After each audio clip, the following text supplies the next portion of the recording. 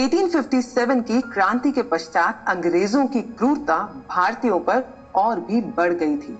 अंग्रेजों ने अपने अत्याचारों से भारत को विनाश करने का वो तांडव रचना चाहा था जिसमें आने वाले समय में वे भारत का अस्तित्व भी मिटा देना चाहते थे, ताकि वे भारत पर सदा के लिए शासन कर पाएं। दोस्तों, लेकिन इस प्रकृति का भी एक असूल है। अगर वो एक हाथ लेती है तो वो दूसरे हाथ देती भी है। जब परिस्थितियां समय के अनुकूल हो जाती हैं तो ये प्रकृति और भी सक्रिय हो जाती है। अगर भारत के इतिहास को ध्यान से देखा जाए तो जब जब विदेशी शासकों ने भारत पर अपना शासन चलाना चाहा है, तब तब भारत की धरती पर ऐसे पराक्रमियों और शूरवीरों ने जन्म लिया है जो अपनी आंखों में एक आजाद भारत का सपना लिए बड़े हुए और जिनके सर पर भारत को आजाद कराने का एक जुनून सवार है। उसी दौरान सन 1883 महाराष्ट्र के नासिक जिले में भगूर नामक गांव में चित्पावन वंशीय एक ब्राह्मण परिवार में 28 मई 1883 को एक बालक का जन्म हुआ जिसका नाम विनायक रखा गया। इस बालक के पिता का नाम दामोदर पंत सावरकर और माता राधाबाई थे। विनायक यानी विघ्नहर्ता, जो हर विघ्न को हर ले, हर मुसीबत को पार कर जाए। आगे चलकर इसी बालक विनायक को एक वीर की उपाधि दी गई, जिनका आजादी की लड़ाई में एक अतुल्य योगदान था और भारत के इतिहास में इसी बालक ने अपना स्थान स्वतंत्र वीर सावरकर के रूप में बनाया। बचपन से ही विनायक ऐसे परिवार में पले बड़े जहां पर उन्हें बहुत अच्छे संस्कार दिए गए। उनके माता पिता की वेदों, उपनिषद और पुराणों के प्रति बहुत ही गहन निष्ठा थी और वे हर रोज उनका अध्ययन करते थे। विनायक जब अपने माता और पिताजी को प्रतिदिन ऐसा करते देखते थे तो बचपन से ही उनके जीवन में मानव मूल्यों का एक मजबूत आधार बन गया। देखा जाए तो उनके माता पिता दोनों ही हिंदुत्व विचारों को मानने वाले थे। दोस्तों, आमतौर पर जब भी हिंदुत्व शब्द की बात उठती है तो समाज इस शब्द के मतलब को एक अलग ही दिशा में ले जाता है, जो समाज में गलतफहमियां पैदा कर देता है। कई लोग ये जानने की कोशिश भी नहीं करते कि इस शब्द हिंदुत्व का क्या सार है। अगर आप सोचते हैं कि हिंदुत्व एक धार्मिक पहचान है तो आप गलत हैं।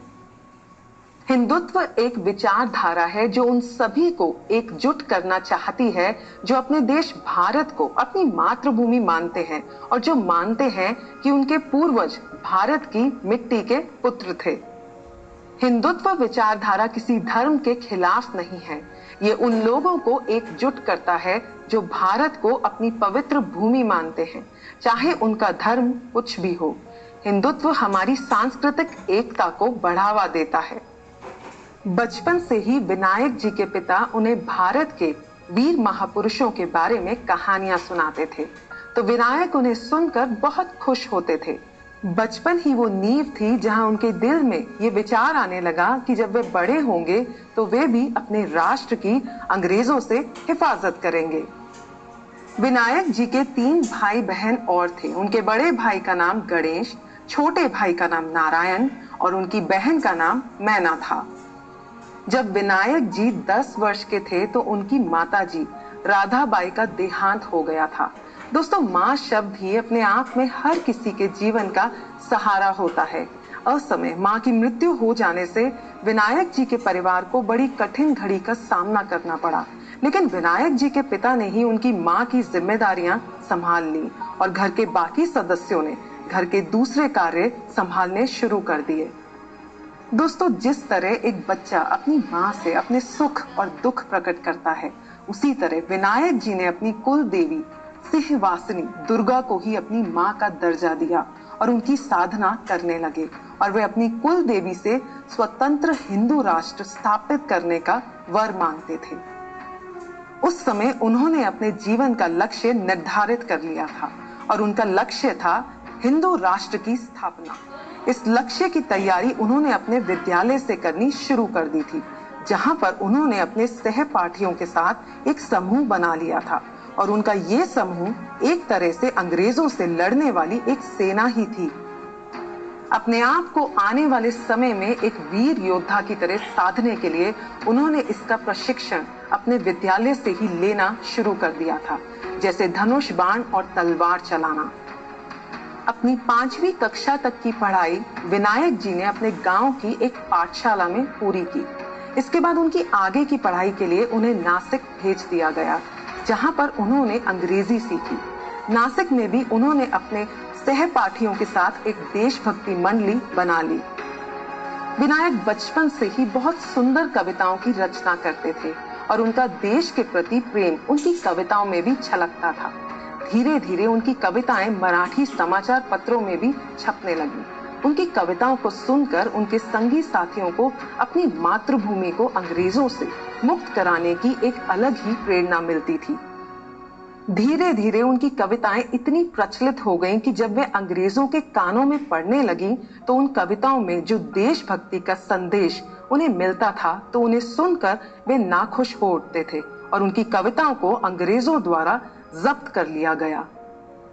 दोस्तों, 1857 की क्रांति को अंग्रेजों ने बुरी तरह से कुचल दिया था, लेकिन उस क्रांति की आग को अंग्रेज युवा भारतवासियों के दिल से बुझा नहीं पाए थे। विनायक जी की ये कविताएं युवाओं के अंदर इस आग की तपिश को और भी तेज कर रही थी। उसी दौरान ईयर 1897 में पुणे में प्लेग की भयंकर महामारी फैल गई और हर बार की तरह इस बार भी अंग्रेजों ने प्लेग पीड़ित भारतीयों के प्रति बहुत लापरवाही बरती और उन्हें मरने के लिए छोड़ दिया। अंग्रेजों का भारतीयों के प्रति ऐसा रूखा व्यवहार देखकर चाफेकर बंधु, जिन्हें भारत की आजादी की लड़ाई के प्रथम क्रांतिकारियों के नाम से भी जाना जाता है, चाफेकर बंधुओं ने प्लेग कमिश्नर को ऐसे व्यवहार के लिए दोषी माना और एक दिन मौका देखकर उस कमिश्नर की गोली मारकर हत्या कर दी। इसके बाद चाफेकर बंधुओं को फांसी की सजा सुना दी गई। अंग्रेजों की इस हरकत से विनायक जी को अंदर से झकझोर कर रख दिया और उन्होंने ठान लिया कि वे अपनी मातृभूमि को अंग्रेजों के शासन से मुक्त कराने के लिए किसी भी हद तक जाएंगे। इस घटना के बाद उन्होंने आगे की योजना बनानी शुरू कर दी। उन्होंने एक मित्र मेला संस्था की रचना की और गणेशोत्सव और शिवाजी महोत्सव जैसे कार्यक्रमों का आयोजन करना शुरू कर दिया। इन कार्यक्रमों की मदद से वे देश के युवाओं को देश प्रेम के लिए प्रेरित करने लगे। ईयर 1901 में उन्होंने अपनी मैट्रिक की पढ़ाई पूरी कर ली और उन्होंने पुणे के फर्ग्यूसन कॉलेज में दाखिला ले लिया और शीघ्र ही यहाँ पर भी उन्होंने अपने कई सहपाठियों को देशभक्ति के लिए उजागर करना शुरू कर दिया। सावरकर जी की रचनाओं के बारे में क्या कहना, उनमें देशभक्ति के लिए एक अलग ही जुनून दिखता था। उनकी कविताओं को जब लोकमान्य तिलक जी ने पढ़ा तो वे भी उनसे बहुत प्रभावित हुए और लोकमान्य तिलक जी ने उनका मार्गदर्शन करना शुरू कर दिया।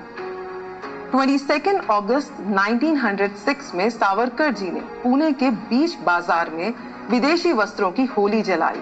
इस कार्यक्रम के अध्यक्ष थे लोकमान्य तिलक जी और इस मौके पर सावरकर जी ने बड़ा जोरदार भाषण दिया, जिसे सुनकर लोकमान्य तिलक जी को एक संकेत मिला कि अगर आने वाले समय में कोई उनका उत्तराधिकारी है तो वे सावरकर ही होंगे।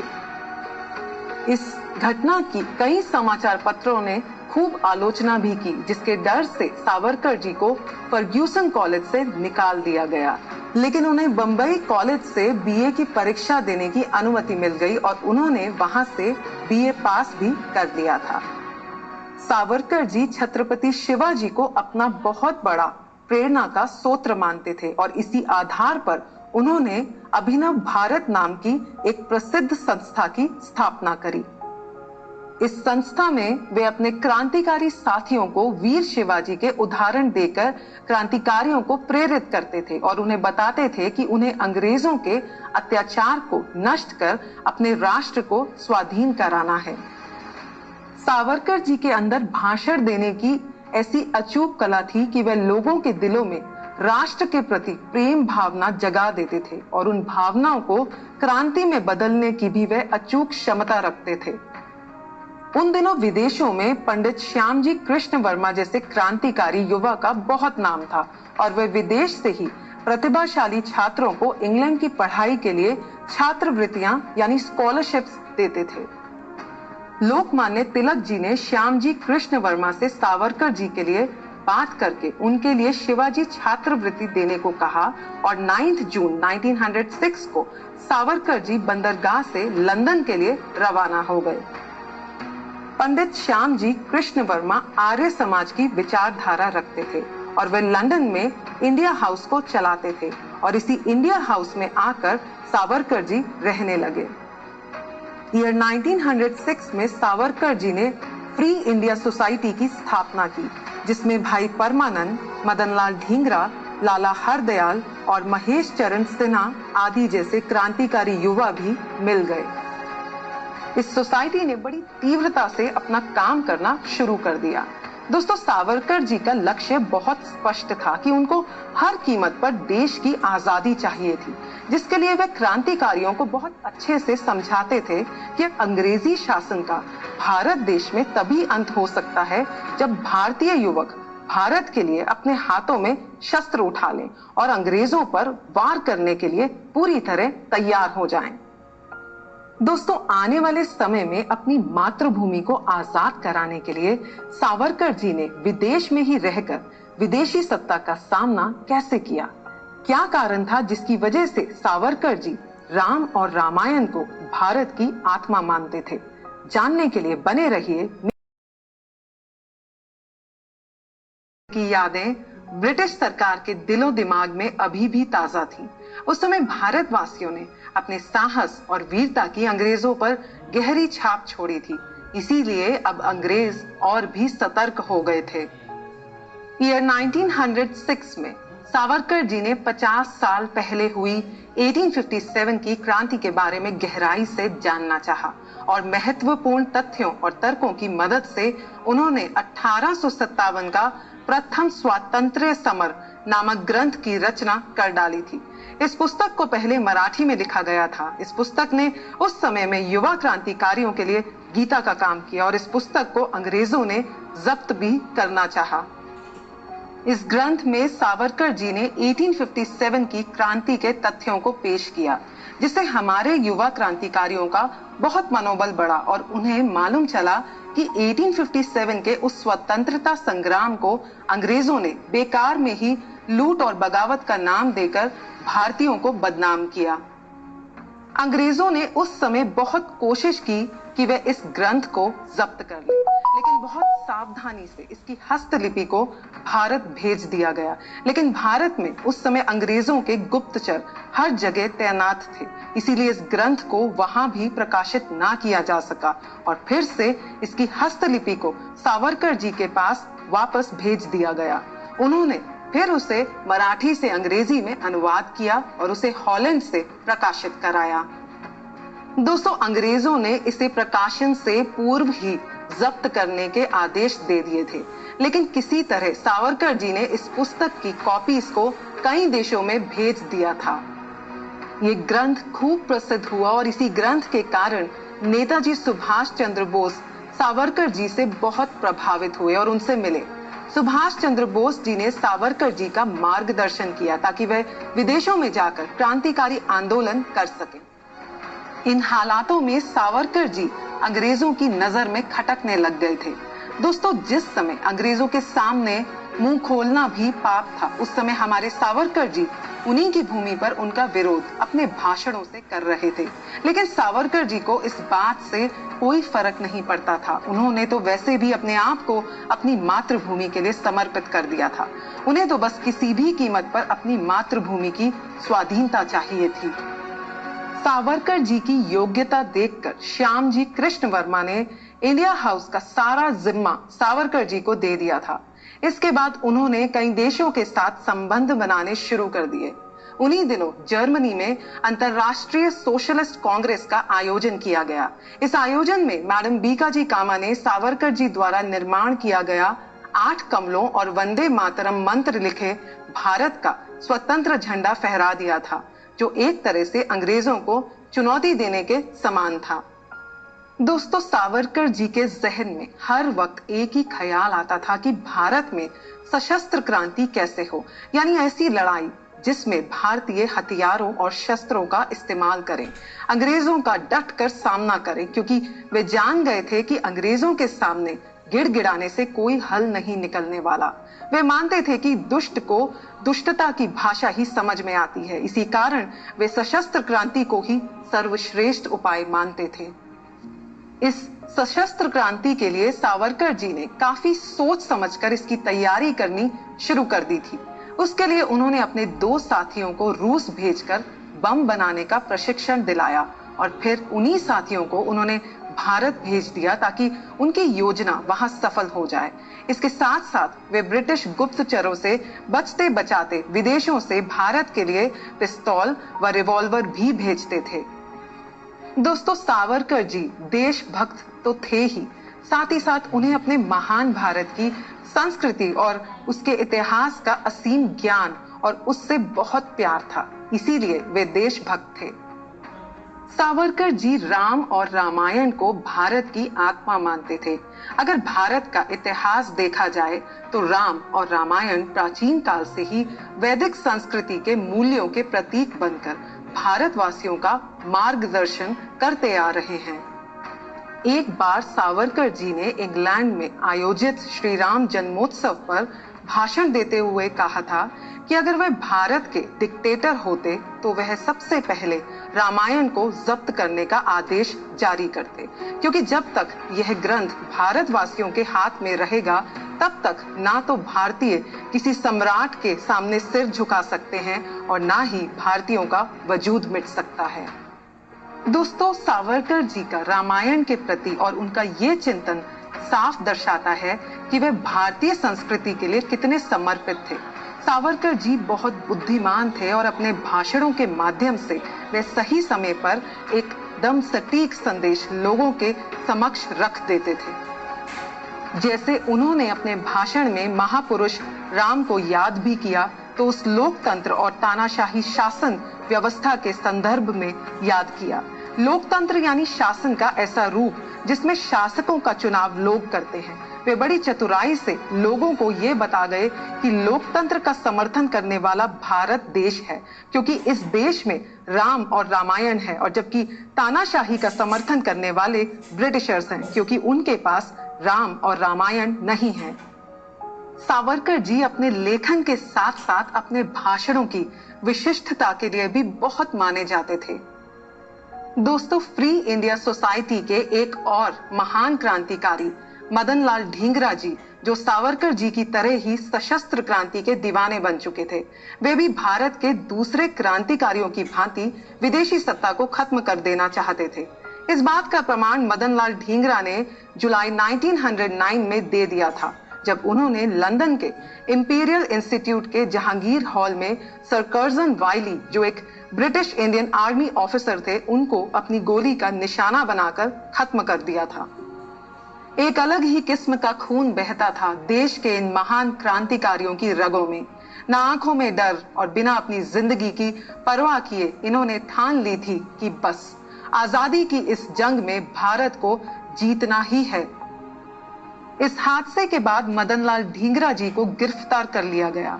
इस पर कुछ अंग्रेज भक्त भारतीयों ने सर आगा खान के मार्गदर्शन में एक शोक सभा का आयोजन किया। इस सभा में आगा खान ने कहा कि यहाँ बैठे सभी लोगों का ये मानना है कि मदन लाल ढींगरा द्वारा किया गया ये कार्य बहुत ही हिंसक और निंदनीय है। इस सभा में सावरकर जी भी उपस्थित थे और इस बात से वे भड़क कर खड़े हो गए और बोले कि मैं इस बात से सहमत नहीं हूं और इस बात का विरोध करता हूं। इस पर एक अंग्रेज अधिकारी को उन पर बहुत गुस्सा आया और उसने सावरकर जी को मारा, जिससे उनकी आंख पर चोट आई और उससे खून बहने लग गया। ये सब देखकर सावरकर जी के एक देशभक्त साथी को बहुत गुस्सा आया और उसने अपनी लाठी से उस अंग्रेजी अधिकारी का सिर फोड़ दिया। इस हंगामे की वजह से वो सभा बीच में ही रुक गई। सावरकर जी को ये मालूम था कि जब वे इस बात का विरोध करेंगे तो उस सभा में उनके साथ कुछ भी हो सकता है। साथ ही साथ उनका मानना था कि अगर आज उन्होंने विरोध नहीं किया तो उनकी मातृभूमि उनसे रुष्ट हो जाएगी। अपनी निडरता और हिम्मत से वे उस शोक सभा को रोक पाए थे। उन्होंने मदनलाल ढींगरा का बचाव करते हुए एक लेख लिखा, जिसमें उन्होंने बोला कि अपराधी को हिंदुस्तानी लोगों द्वारा दोषी मान लेना और उसका अवरोध करना एक तरह से अदालत की तौहीन है। उन्होंने ये भी कहा कि आज तक कई गोरे सिपाहियों ने हिंदुस्तानियों की हत्या की है। क्या कभी ऐसे मौके पर अदालत के फैसले से पहले कभी कोई शोक सभा रखी गई है? ये लेख साफ दर्शाता था कि जहां सावरकर जी ने मदनलाल ढींगरा का बचाव किया था, वहीं वायली की हत्या पर होने वाले शोक सभा के अवसर पर उन्होंने प्रश्न खड़ा किया। इस घटना के बाद कई समाचार पत्रों का विरोध शांत हो गया और कई लोगों ने सावरकर जी का साथ दिया। दोस्तों, जब मदनलाल ढींगरा को अदालत में वायली की हत्या के जुर्म में पेश किया गया, तब इस साहसी शूरवीर ने अदालत के सामने अपनी बात रखी और कहा कि वे मानते हैं कि उन्होंने उस अंग्रेज को मारा क्योंकि ये लोग हम हिंदुस्तानियों से पशुओं से भी बदतर व्यवहार करते हैं और देशभक्तों को फांसी की सजा सुना देते हैं और काला पानी भेज देते हैं, और मैं इस बात का बदला लेना चाहता हूँ। उन्होंने ये भी कहा कि वे मातृभूमि के लिए उसका ऋण चुकाने के लिए अपने कर्तव्य का पालन कर रहे हैं। मदनलाल ढींगरा जी ने अंग्रेजों के सामने अदालत में संदेश दे दिया था कि वे किसी भी कीमत पर अपनी मातृभूमि को बेड़ियों से मुक्त कराना चाहते थे। 17 अगस्त 1909 के दिन मदनलाल ढींगरा जी को फांसी पर लटका दिया गया। क्या आपको मालूम है दोस्तों, मैडम बीकाजी कामा ने वंदे मातरम के पहले अंक में मदनलाल ढींगरा जी के बारे में लिखा कि आने वाले समय में जब भारत में ब्रिटिश राज खत्म हो चुका होगा, तब भारत के मुख्य मुख्य नगरों के चौराहों पर शहीद ढींगरा जी की मूर्तियां प्रतिष्ठित की जाएंगी और आने वाले समय की पीढ़ियां उनके द्वारा दिए गए अतुलनीय बलिदान को सदा याद रखेंगी। दोस्तों, सावरकर जी एक बहुत ही प्रतिभावान कवि, लेखक और क्रांतिकारी थे, जिनसे अब अंग्रेज भी डरने लगे थे। अंग्रेजों ने उनकी गतिविधियों को रोकने के लिए और क्या कदम उठाए और उन्हें आने वाले समय में किस तरह की यातनाएं दी, जानने के लिए बने रहिए मेरे साथ आजादी के इस रोमांचक सफर पर।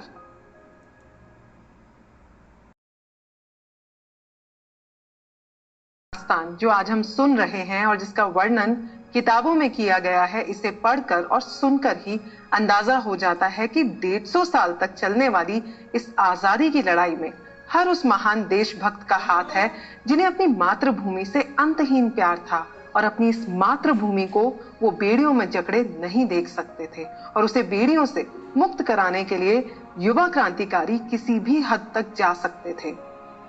अपने देश के युवा क्रांतिकारियों को प्रेरित करने में वीर सावरकर जी का भी बहुत बड़ा हाथ था। वे चाहते थे कि उनका कोई भी साथी अंग्रेजों द्वारा यूं ही ना मारा जाए और उनका मानना था मार कर मरो तो अच्छा है।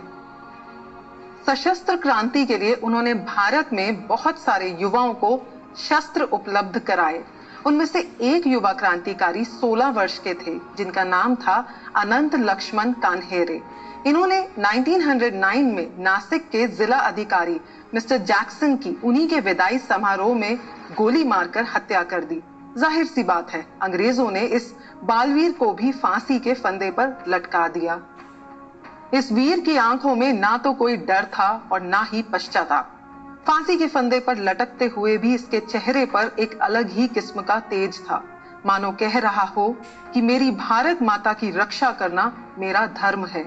मैं आजीवन इसकी सेवा करता रहा और जब मैं लौट कर आऊंगा तो फिर से इसकी सेवा करूंगा। दोस्तों, भारत की भूमि को आजाद कराने के लिए सावरकर जी ने अपनी कविताओं, गतिविधियों और अपने भाषणों के माध्यम से काफी पहले ही बीज बोने शुरू कर दिए थे ताकि वक्त आने पर उनके द्वारा बोए गए ये बीज मीठे फल दे सके। धीरे धीरे अंग्रेजी सरकार को अंदाजा होने लग गया था कि इन सब गतिविधियों के पीछे सावरकर जी का ही हाथ है, लेकिन सावरकर जी पर अंग्रेजी शासकों द्वारा लगाए इल्जामों का कोई फर्क ही नहीं पड़ता था। अंग्रेजी सरकार ने उन्हें अलग अलग तरीके से परेशान किया। उन्हीं दिनों सावरकर जी के बड़े भाई श्री गणेश दामोदर सावरकर ने लघु अभिनव भारत मेरा नामक देशभक्ति पर एक पुस्तक लिखी।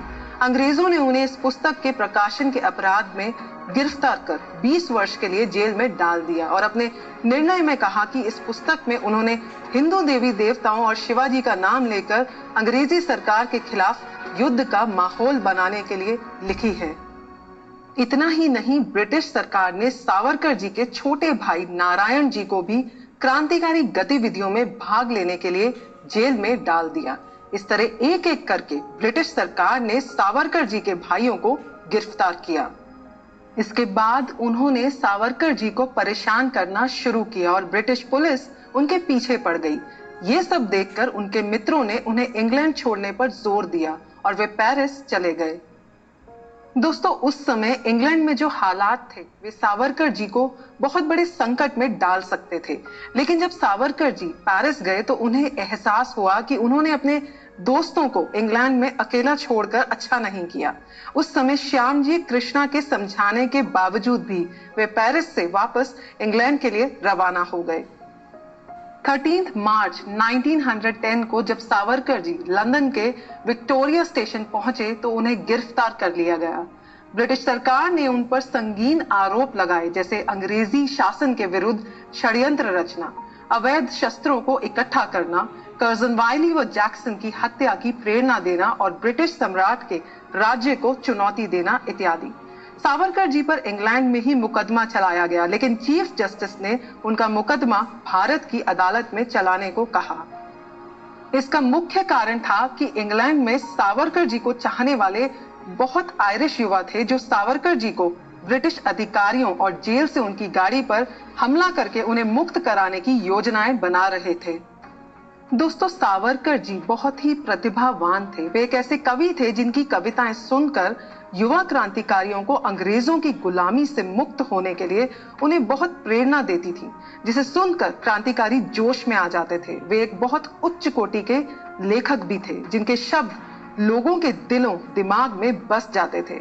उनके इन गुणों के दीवाने सिर्फ भारतीय ही नहीं थे बल्कि कुछ अंग्रेज भी थे। इंग्लैंड के एक पत्रकार थे मिस्टर गाय एल्ड्रेड, जो सावरकर जी के विचारों से काफी प्रभावित थे और उनका समर्थन भी करते थे और इसके लिए उन्हें ब्रिटिश जेल में बहुत कष्टों का सामना भी करना पड़ा था। मिस्टर एल्ड्रेड ने 1857 में जब सावरकर जी का स्वातंत्र्य समर पर भाषण सुना तो उन्होंने अपने आप को सावरकर जी के लिए समर्पित कर दिया। Mister Eldred Herald of Revolt newspaper के एडिटर और पब्लिशर भी थे। उन्होंने उस न्यूज़पेपर में एक लेख लिखा जिसमें लिखा था, 1857 में भारत में जो संघर्ष हुआ था दरअसल वह भारत की स्वाधीनता का पहला महान संग्राम था। उन्होंने ये भी लिखा कि भारत की आजादी की मांग बिल्कुल जायज है और वीर सावरकर का भाषण सुनकर उनका भ्रम टूट गया। भारत देश के वासियों को अब ज्यादा देर तक गुलाम बनाकर नहीं रखा जा सकता। अपने लिखे हुए लेख की वजह से मिस्टर एल्ड्रेड मुसीबत में आ गए और उन्हें जेल में डाल दिया गया। मिस्टर एल्ड्रेड ने अपने मुकदमे की खुद पैरवी की और उसमें उन्होंने भारत का समर्थन करते हुए कहा, 1857 का आंदोलन भारतीय स्वतंत्रता का महान आंदोलन था और उसको ब्रिटिश सरकार द्वारा बगावत का नाम देना एक तरह से सच्चाई छुपाना और इतिहास के साथ अन्याय करना है। इतना ही नहीं, मिस्टर एल्ड्रेड ने बेली तथा बोल्ट स्ट्रीट न्यायालयों में भी भारत की स्वाधीनता का समर्थन किया था। ब्रिटिश सरकार ने उन पर देशद्रोही होने का आरोप भी लगाया, साथ ही साथ उन्हें कठोर यातनाएं भी दी गईं। जब एल्ड्रेड जेल से मुक्त हुए तब भी वे सावरकर जी के प्रति श्रद्धा भाव रखते थे। वे मानते थे कि वीर सावरकर जैसा देशभक्त उनकी पीढ़ी में और भारतवर्ष में पैदा नहीं हुआ और वे सिर्फ भारतवासियों के प्रेरणा स्रोत ही नहीं थे बल्कि पूरे विश्व के लिए प्रेरणा स्रोत थे। दोस्तों, वाकई वीर सावरकर जी ने जो अनंत बलिदान मां भारती के लिए दिए थे, उन बलिदानों का मोल हम चुका ही नहीं सकते। उनमें, उनके विचारों में और उनके लेखन से लोगों को एक अलग ही स्तर की ऊर्जा मिलती थी और उससे प्रेरित होकर लोग भी देश प्रेम से भर जाते थे और देशभक्ति की डगर पर चल पड़ते थे। जब बात हो रही है देशभक्ति की तो इतिहास के पन्नों से एक और महान देशभक्त का नाम सामने आता है। जिनकी देशभक्ति की भावना और बुद्धिमत्ता वीर सावरकर जी को बहुत प्रेरित करती थी और बचपन से ही सावरकर जी इन्हें अपना बहुत बड़ा प्रेरणा का स्रोत मानते थे। हम बात कर रहे हैं छत्रपति शिवाजी महाराज की, जिन्होंने अपने जीवन काल में औरंगजेब से टक्कर ली थी। शिवाजी महाराज को भी औरंगजेब ने बंदी बनाकर जेल में डाल दिया था। शिवाजी ने उस समय सोच लिया था कि जेल की काल कोठरी में जीवन व्यतीत करने से अच्छा है कि स्वतंत्रता से जीवन जिया जाए। इसीलिए उन्होंने जेल से भागने की योजना बनाई, जिसमें वे सफल रहे। इसके बाद उन्होंने हिंदू राष्ट्र का निर्माण किया और वे सफल रहे। इसी प्रकार सावरकर जी ने भी सोचा कि जेल की चार दीवारी में रहकर वे कुछ भी नहीं कर पाएंगे।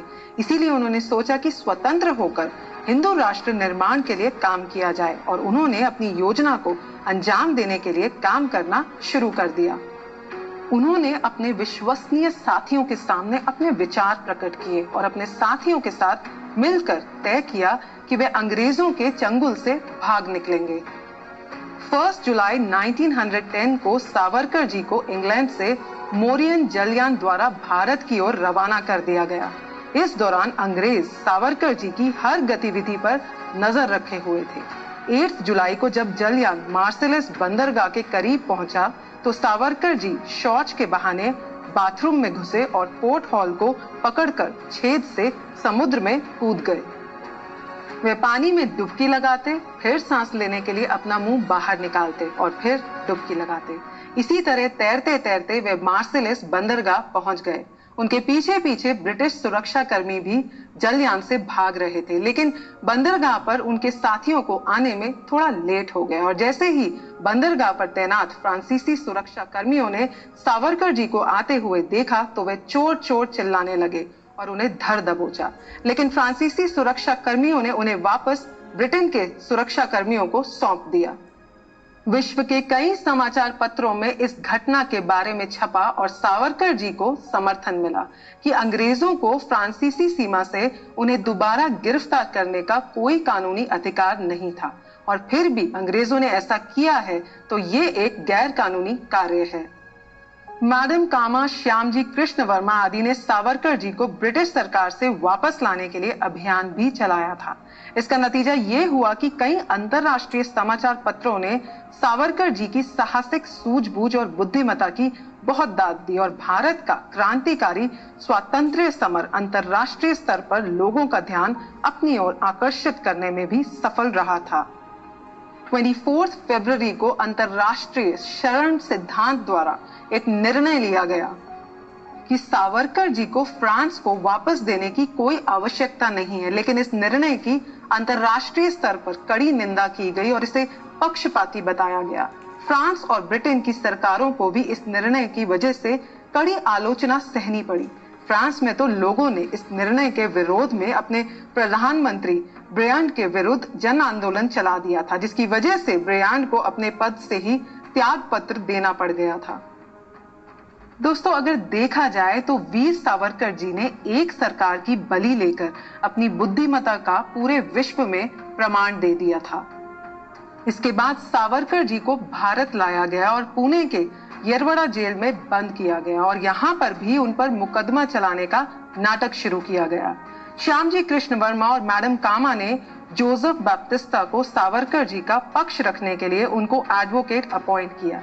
इसके साथ साथ दूसरे एडवोकेट्स ने भी अपनी सेवाएं सावरकर जी को प्रदान करी। कोर्ट ने उन पर 2 चार्ज लगाए। पहला कि उन्होंने 36 व्यक्तियों के साथ मिलकर ब्रिटिश सम्राट के विरुद्ध षड्यंत्र रचा और दूसरा चार्ज था कि उन्होंने कलेक्टर जैक्सन की हत्या की प्रेरणा दी। 6 अक्टूबर 1910 से इस मुकदमे की सुनवाई का नाटक शुरू हो गया था। इस मुकदमे के दौरान सरकारी गवाहों और सूचना देने वालों से ये सिद्ध कराने की कोशिश की गई कि भारत में जितनी भी सरकारी अधिकारियों की हत्याएं हुई हैं और जितनी भी सशस्त्र गतिविधियां चल रही हैं, उन सब के पीछे सावरकर जी का ही हाथ है। लेकिन सावरकर जी ने अपनी बात को स्पष्ट करते हुए कहा कि ब्रिटेन के कोर्ट्स में एक डेमोक्रेटिक सिस्टम फॉलो किया जाता है, इसीलिए वे उनके समक्ष उपस्थित हो सके थे। लेकिन इंडिया के कोर्ट्स में डेमोक्रेसी और जस्टिस का कोई मोल ही नहीं है। उन्होंने आगे कहा कि ऐसी बेईमान और बेकार अदालत के सामने मैं अपने पक्ष में कुछ भी कहकर अपना समय बर्बाद नहीं करना चाहता। सावरकर जी के ये कहने के बाद अदालत ने अपनी सजा सुना दी, जिसमें उनकी सारी संपत्ति जब्त कर ली गई। 36 में से 25 अभियुक्तों को अलग अलग अवधियों का दंड दिया गया और सावरकर जी को 50 वर्ष की कारावास की सजा सुनाई गई। दोस्तों, देश के लोगों ने बड़ी तादाद में सावरकर जी को इस सजा से मुक्त कराने के लिए सरकार को पत्र भी लिखे और इसका विरोध भी किया, पर इन सब का कुछ भी परिणाम नहीं निकला और फिर भारत के इस महान क्रांतिकारी को अंडमान की जेल भेजने की तैयारी कर ली गई। दोस्तों, सावरकर जी को अंडमान की जेल में तरह तरह की कठोर यातनाएं सहनी पड़ी, लेकिन सावरकर जी और उनकी हिम्मत को तोड़ना नामुमकिन था। कैसा रहा होगा सावरकर जी का ये कारावास का सफर, जानने के लिए बने रहिएगा मेरे साथ आजादी के इस रोमांचक सफर पर।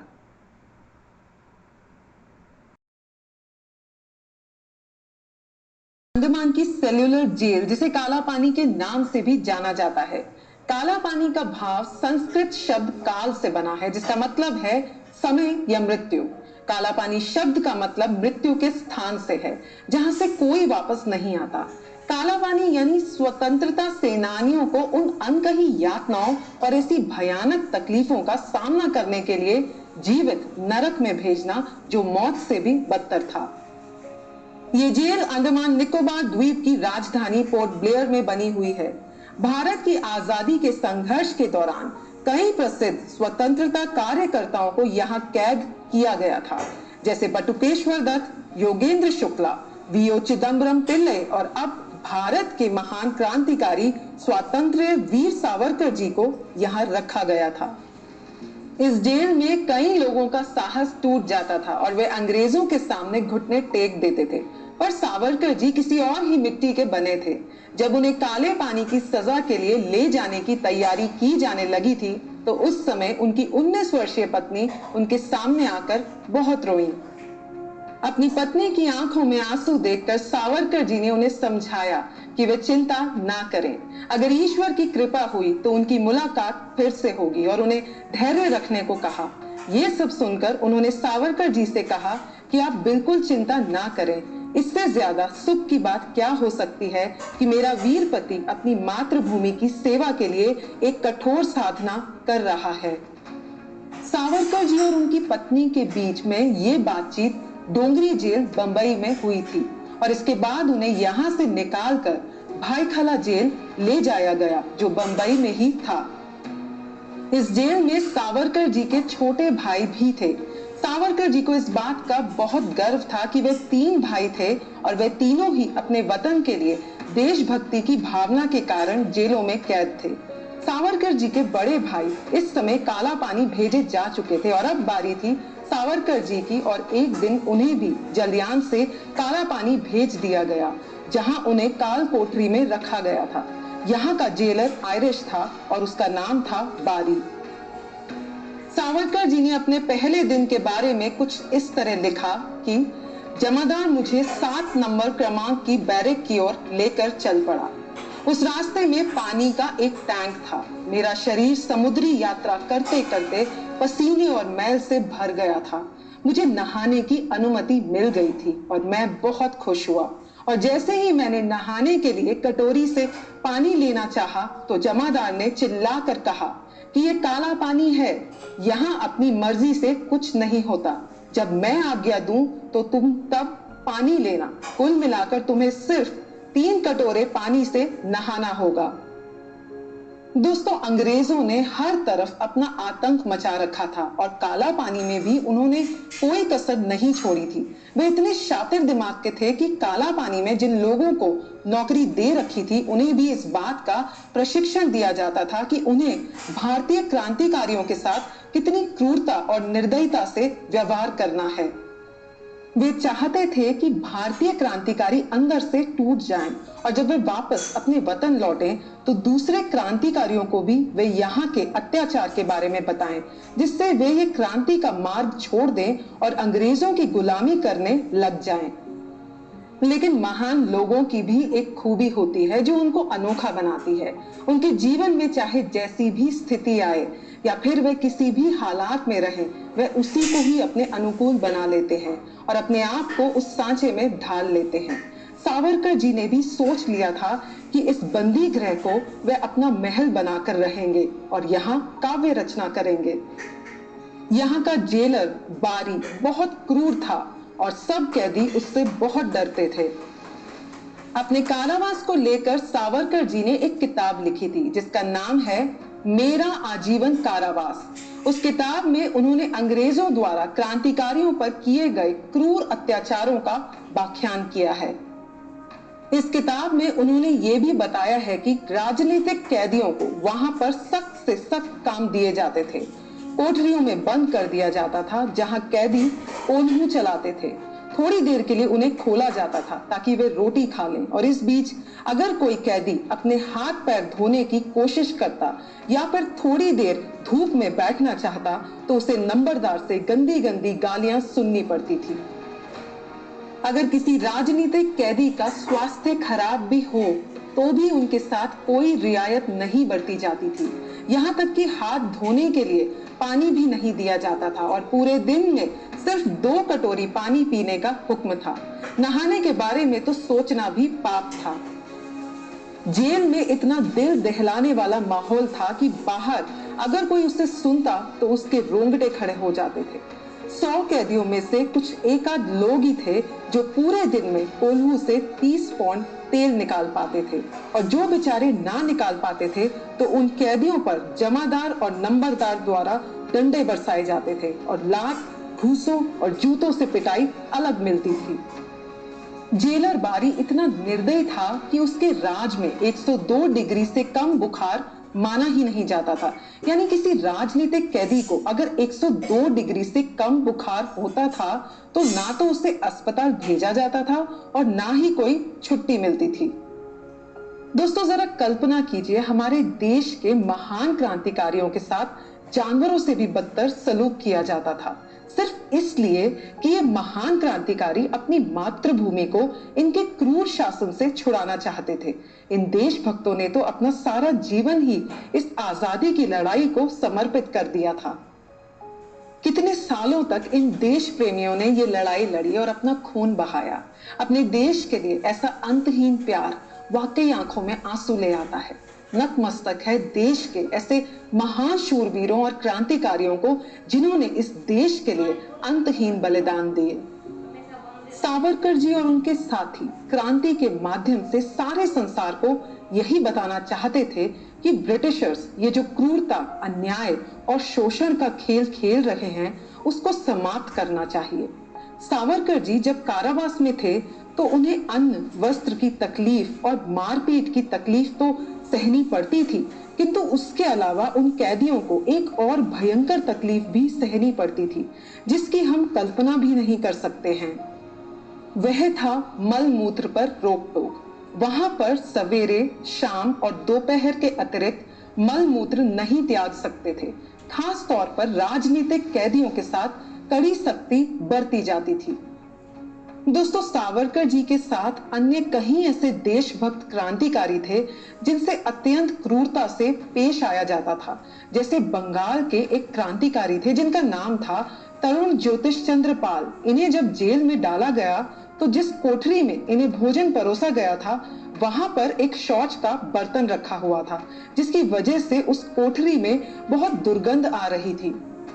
ज्योतिष जी ने सिपाही को जब वह शौच का बर्तन उठाने को कहा तो सिपाहियों ने उनकी एक ना सुनी और उन्होंने खाना फेंक दिया और उन्होंने अनशन शुरू कर दिया जिससे उन्हें खूनी पेचिश हो गई और उनकी हालत बिगड़ती गई। उनके साथियों ने उन्हें बहुत अनुरोध किया कि वे भोजन कर ले और अंत में उन्हें पागल घोषित कर दिया गया और पागल खाने भेज दिया गया।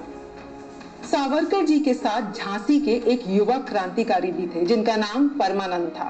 वे बहुत वीर और तेजस्वी थे।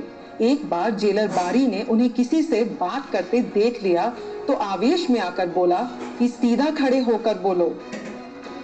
इस बात पर परमानंद जी ने बारी की तरफ बिल्कुल ध्यान नहीं दिया तो बारी ने उन्हें गालियां सुनाई। परमानंद जी को इस बात पर इतना गुस्सा आया कि उन्होंने बारी की गाल पर 2 थप्पड़ जड़ दिए। बारी तो वहां से चिल्लाता हुआ भाग गया, लेकिन परमानंद जी मुसीबत में आ गए और दूसरे 2 उपस्थित जेलर्स ने उन्हें इतना मारा कि उनके मुंह से खून बहने लग गया और बाद में जेल के सुपरवाइजर ने उन्हें इतना मारा कि उनकी मांसपेशियां भी बाहर आ गईं। लेकिन परमानंद जी इतने बड़े देशभक्त थे कि उनके मुंह से आह तक ना निकली। बाद में बस उनके जख्मों पर नाम की मरहम पट्टी लगाकर उनके कमरे में डाल दिया गया। दोस्तों, इस हादसे के बाद बारी के व्यवहार को देखते हुए वहां पर कुछ लोगों ने हड़ताल कर दी और राजबंदियों के साथ होने वाले अत्याचारों में कमी आ गई। कहा जाता है कि अंग्रेजों ने ये जो अंडमान में जेल बनाई थी, इसका एक कारण यह भी था कि वहां कैदी के साथ वे किसी भी तरह का क्रूर व्यवहार कर सकते थे और ये देखने के लिए वहां निरीक्षण करने वाला कोई नहीं था। लेकिन इन हादसों से राजनीतिक कैदियों ने जेल में उनके साथ होने वाले व्यवहार को सरकार के ध्यान में लाने का निर्णय किया।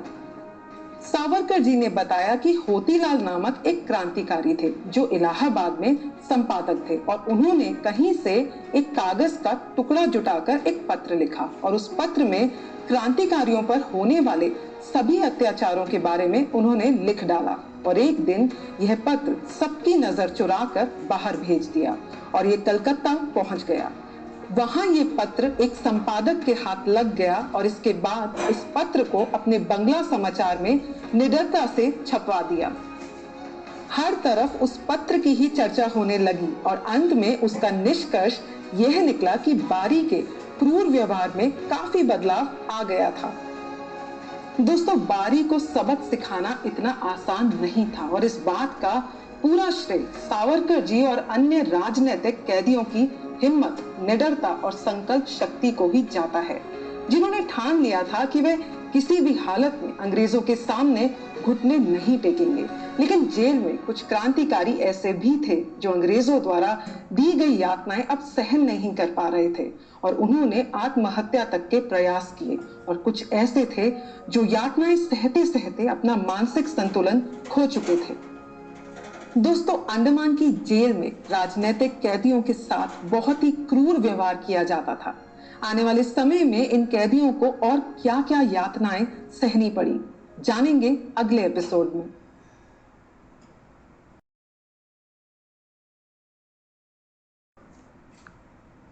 दोस्तों, सावरकर जी एक अलग ही स्तर के क्रांतिकारी थे जो सशस्त्र क्रांति का समर्थन करते थे और जो भी अन्य युवा क्रांतिकारी उनके संपर्क में आता उसको भी वे इसी के लिए प्रेरित करते थे। जब सावरकर जी अंडमान की जेल में थे तो उनके बड़े भाई गणेश दामोदर सावरकर जी और छोटे भाई भी वहीं थे, लेकिन ये बात उनके बड़े भाई को मालूम ही नहीं थी। इन भाइयों को आपस में मिलने ही नहीं दिया जाता था। एक दिन अचानक ही बड़े भाई और सावरकर जी का आमना सामना हो गया और वे दोनों एक दूसरे को देखकर भावुक हो गए और फिर वे अपने अपने रास्ते चले गए। इसके बाद सावरकर जी के बड़े भाई ने उनको किसी तरह अपने हाथ का लिखा एक पत्र भिजवाया जिसमें उन्होंने लिखा था, प्रिय तात्या, तुम यहाँ कैसे पहुंच गए? मैं तो ये सोचकर खुश हो रहा था कि तुम बाहर अपनी मातृभूमि को छुड़ाने के लिए हर कोशिश कर रहे होगे। उन्होंने आगे लिखा कि अगर तुम यहाँ पर हो तो हमारी मातृभूमि का ऋण कौन चुकाएगा? दोस्तों, अपने बड़े भाई द्वारा लिखे गए इस पत्र को पढ़कर सावरकर जी बहुत रोए। वाकई वो मातृभूमि धन्य होती है जहां ऐसे महान बलिदानी और वीर क्रांतिकारी भाई जन्म लेते हैं। तीनों भाई गणेश जी, सावरकर जी और गोपाल जी अपने देश और मातृभूमि के लिए बहुत बड़ा संघर्ष कर रहे थे। सावरकर जी को इतिहास का बहुत ही गहरा ज्ञान था और उन्होंने इतिहास को इतिहास के विचारों से ही पढ़ा और उसी सच्चाई को वे युवा पीढ़ी के सामने लाना चाहते थे। अपने समय के वे अकेले ऐसे क्रांतिकारी थे जिन्होंने इतिहास को प्रचलित संदर्भों से हटाकर उसे एक नई दृष्टि से देखा और एक नई उम्मीद और सकारात्मकता के साथ युवा पीढ़ी के सामने रखा। जेल में रहकर भी उन्होंने अपने साथियों को विश्व का इतिहास पढ़ने के लिए प्रेरित किया और कुछ ही वर्षों में उन्होंने अंडमान की उस जेल में 25,000 पुस्तकें इकट्ठी कर उसे ज्ञान का तहखाना बना डाला। इस प्रकार वहां लोग काम भी करते थे और अध्ययन भी। समय का सदुपयोग कैसे करना है ये सावरकर जी को अच्छे से मालूम था। जेल में सलाखों के पीछे रहते हुए भी उन्होंने वहां पर स्वाध्याय मंडल की स्थापना कर डाली थी और इस मंडल के माध्यम से वे अपने कार्य को आगे बढ़ा रहे थे, जहां वे सबको इतिहास पढ़ने को बोलते थे, क्योंकि वे मानते थे कि स्वतंत्रता की प्राप्ति के लिए साहित्य का होना बहुत जरूरी है, जो क्रांतिकारियों को एक गुरु की तरह उनका मार्गदर्शन करता है। सावरकर जी जेल में रहकर भी हिंदी भाषा की विशेषता, उच्चारण और उसके साहित्य के समृद्ध होने के बारे में बताते रहते थे। वे राजबंदियों को अपनी अपनी मातृभाषा के अतिरिक्त विभिन्न प्रांतों की ज्यादा से ज्यादा बोलियां सीखने पर जोर देते थे। उनका यही गुण सबसे अलग था और उनको सही मायने में एक राजनेता की उपाधि देता था, जो अपनी समझ और अपने विचारों से एक उच्च राष्ट्र का निर्माण करने में लगे हुए थे। सावरकर जी की राष्ट्रवादी सोच थी और उनका हिंदी भाषा के प्रति जो सेवा भाव था, उससे बहुत सुंदर बदलाव आ रहे थे। अंडमान में जिन लोगों को इतिहास के बारे में कोई ज्ञान नहीं था, उनको अब हमारे इतिहास के बारे में धीरे धीरे ज्ञान होने लगा था। सावरकर जी की आत्मा में भारत देश बसता था और अपने जीवन में उन्होंने अगर किसी की भक्ति करी थी तो वो थी अपने देश की राष्ट्रभक्ति। वे जेल में रहकर जिनसे भी पत्र व्यवहार करते थे, उन्हें वे देश के लिए कार्य करने की ही शिक्षा देते थे। जेल में ऐसे ही समय कटता गया और फिर एक दिन उन्हें एक चिट्ठी मिली, जिसमें लिखा था कि सावरकर बंधुओं को हिंदुस्तान वापस भेज दिया जाए। इस खबर को सुनते ही सावरकर जी बहुत खुश हो गए कि वे अपने वतन, अपनी मातृभूमि के पास वापस जा रहे हैं। साथ ही साथ उन्हें दुख था कि जेल में जिन लोगों से परिचय बना था, उनसे दोबारा मुलाकात नहीं हो सकेगी और वे सभी काम भी अधूरे रह जाएंगे। दोस्तों, वैसे तो वे अंडमान की जेल से भारत की जेल में ही जा रहे थे, लेकिन अपने वतन की फिजाओं में सांस लेना एक अलग ही बात होती है। भारत की जेल में जाने से पहले सावरकर जी ने अपनी पुस्तकों में से कुछ पुस्तकें कैदियों में, कुछ पुस्तकालय को सौंप दी थी और कुछ बस्ती के लोगों में बांट दी थी। जिस दिन सावरकर जी की विदाई थी, उस दिन अधिकारियों ने भी अपनी कृपा दिखाई और जो कोई भी सावरकर जी से मिलने आता, उन्हें आराम से मिलने दिया जाता। लोगों के दिलों में उनके प्रति असीम श्रद्धा थी और सबका मन उन्हें विदा करते हुए भारी हो रहा था, क्योंकि सावरकर जी के कारण ही वहां लोगों को धर्म, संस्कृति, इतिहास और भाषा के बारे में बहुत कुछ सीखने को मिला था। दोस्तों, 1909 में सावरकर जी के बड़े भाई अंडमान की जेल में आए थे और 1911 में वह खुद इस जेल में आए। ईयर 1921 में जेल के फाटक इन दोनों भाइयों के लिए फिर से खुले। 21 जनवरी 1921 को उसी जलयान जिसमें सावरकर जी को अंडमान लाया गया था, उसी जलयान में सावरकर बंधुओं को एक पिंजरे में बंद करके बिठा दिया गया। इस जहाज पर अनेकों पागल भी थे और इन्हीं के बीच आज सालों बाद दोनों भाइयों को एक साथ बैठने का मौका मिला था। कुछ अजीब ही व्यवस्था थी दोनों भाइयों के लिए इस जहाज में। डकैतों, चोरों और दूसरे अपराधियों को जलयान की ऊपरी मंजिल में रखा गया था, जहां उन्हें शुद्ध वायु मिल रही थी। लेकिन इन दोनों भाइयों को पिंजरे में रखा गया था, जहां पागलों ने उल्टी और दस्त से सारा वातावरण खराब कर रखा था और वहां शुद्ध वायु का नाम भी नहीं था। बड़ी मुश्किल से आवेदन पत्र देकर दूसरे दिन से बेसमेंट में ऊपर डेक से थैली द्वारा 2 बार शुद्ध वायु छोड़ने की व्यवस्था की गई। उसके साथ साथ आधे घंटे के लिए निगरानी में डेक पर बैठने की दोनों को अनुमति दी गई। जलयान में कुछ और यात्रियों ने सावरकर जी को देखकर उनके हाल पूछे। दरअसल सावरकर जी उन दिनों अंतर्राष्ट्रीय स्तर पर जाने जाते थे और ऐसे महान क्रांतिकारी के दर्शन करना उन सबको बहुत अच्छा लग रहा था। और एक दिन उन दोनों भाइयों ने अपनी पूज्य मातृभूमि पर अपने कदम रखे। दोस्तों, भारत में आने के बाद सावरकर जी को एक जगह पर स्थानबद्ध कर दिया गया था।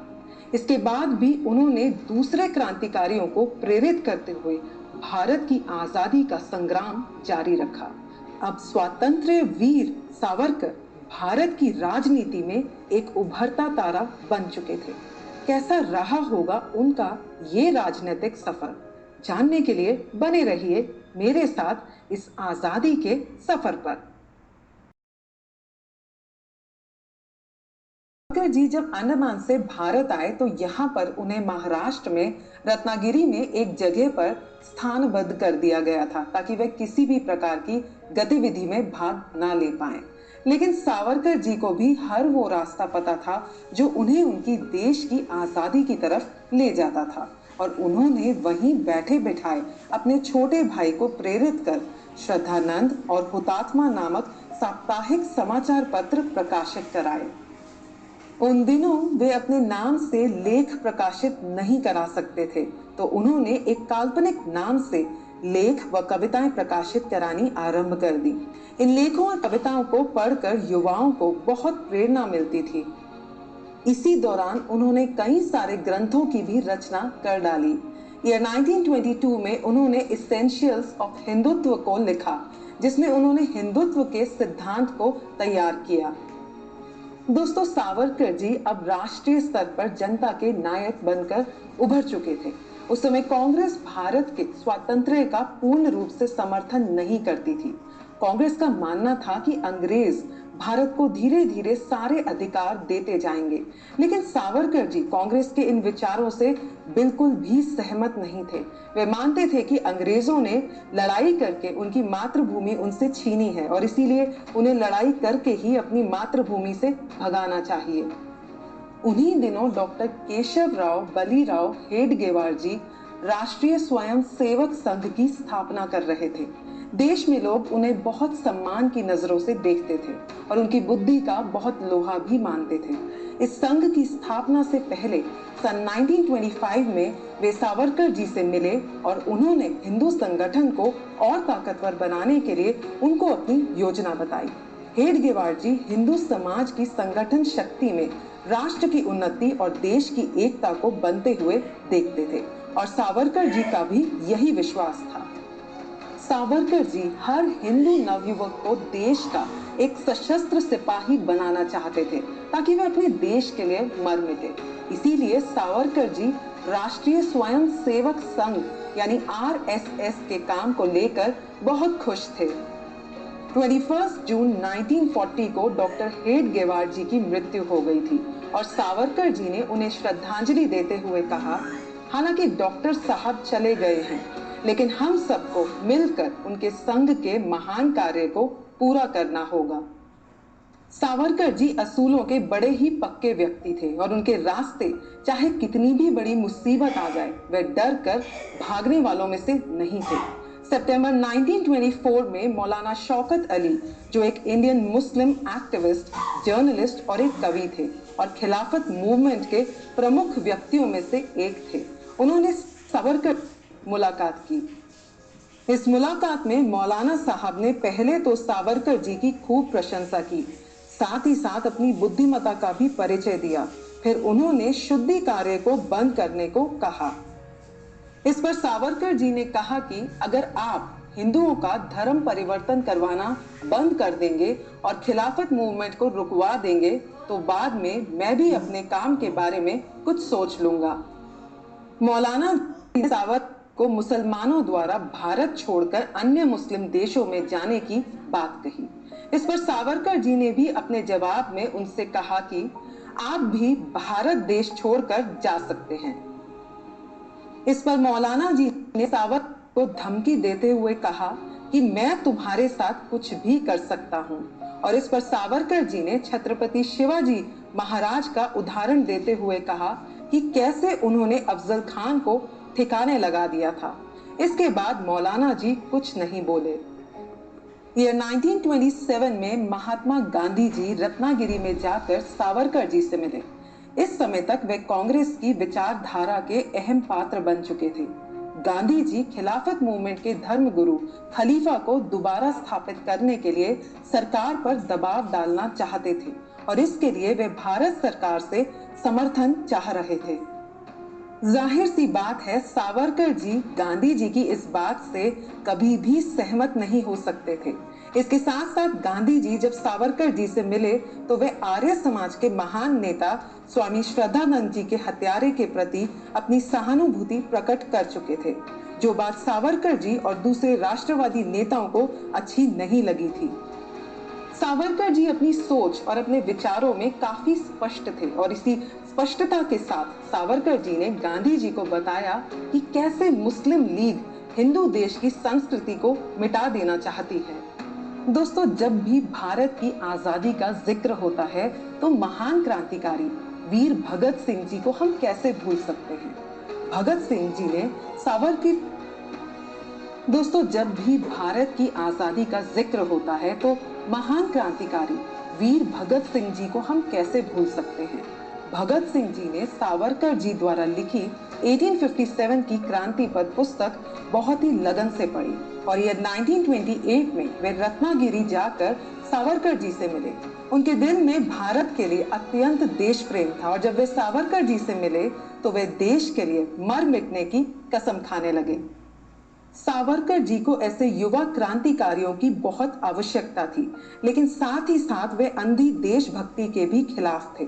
उन्होंने भगत सिंह जी का मार्गदर्शन ही नहीं किया, बल्कि कई अन्य महान क्रांतिकारी उनसे मिलकर उनका मार्गदर्शन लेने आते थे। सावरकर जी ने रत्नागिरी में रहकर साहित्य लेखन पर काफी ध्यान दिया, जिससे युवाओं को देशभक्ति की काफी प्रेरणा मिली। इसी दौरान उनकी मुलाकात सेनापति बापट, डॉक्टर हेडगेवार, हिंदू महासभा के नेता डॉक्टर मुंजे और प्रसिद्ध इतिहास लेखक श्री सरदेसाई से भी हुई। इन मुलाकातों के दौरान राष्ट्रीय महत्व के मुद्दों पर काफी चर्चा होती थी और साथ ही साथ इन मुद्दों के समाधान भी सामने आते थे। हालांकि इस संगठन में राष्ट्रवादी लोग शुरू से ही थे, पर जब इन सबको सावरकर जी से प्रेरणा मिलती थी तो वे सब और भी प्रेरित हो जाते थे। दोस्तों, सावरकर जी ने रत्नागिरी में रहते हुए उस स्थान को भी पवित्र कर दिया था और एक जगह पर रहते हुए भी उन्होंने अपनी मातृभूमि की 13 वर्ष तक सेवा की। रत्नागिरी में ही उन्होंने हिंदू महासभा को कृपाण, स्वास्तिक, ओंकार व कुंडलिनी से युक्त भगवा ध्वज प्रदान किया। सारे देश के और राष्ट्रवादी लोग रत्नागिरी से एक असीम शक्ति प्राप्त करते थे।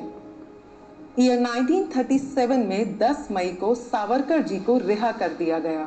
उनको बाहर लाने में जमनादास मेहता और धन जोशी कपूर का बहुत सहयोग रहा।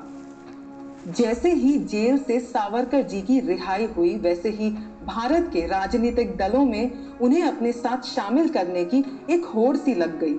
कांग्रेस की तरफ से पंडित जवाहरलाल नेहरू जी और सी राजगोपालाचार्य ने उन्हें कांग्रेस के मंच पर लाने की बहुत कोशिश की, लेकिन कांग्रेस की नीतियों के बारे में सावरकर जी के शुरू से ही मतभेद रहे थे और उन्होंने कांग्रेस में शामिल होने से साफ मना कर दिया था। उसी समय हिंदू महासभा के नेता भाई परमानंद जी ने सावरकर जी से हिंदू महासभा के साथ आने के लिए अनुरोध किया।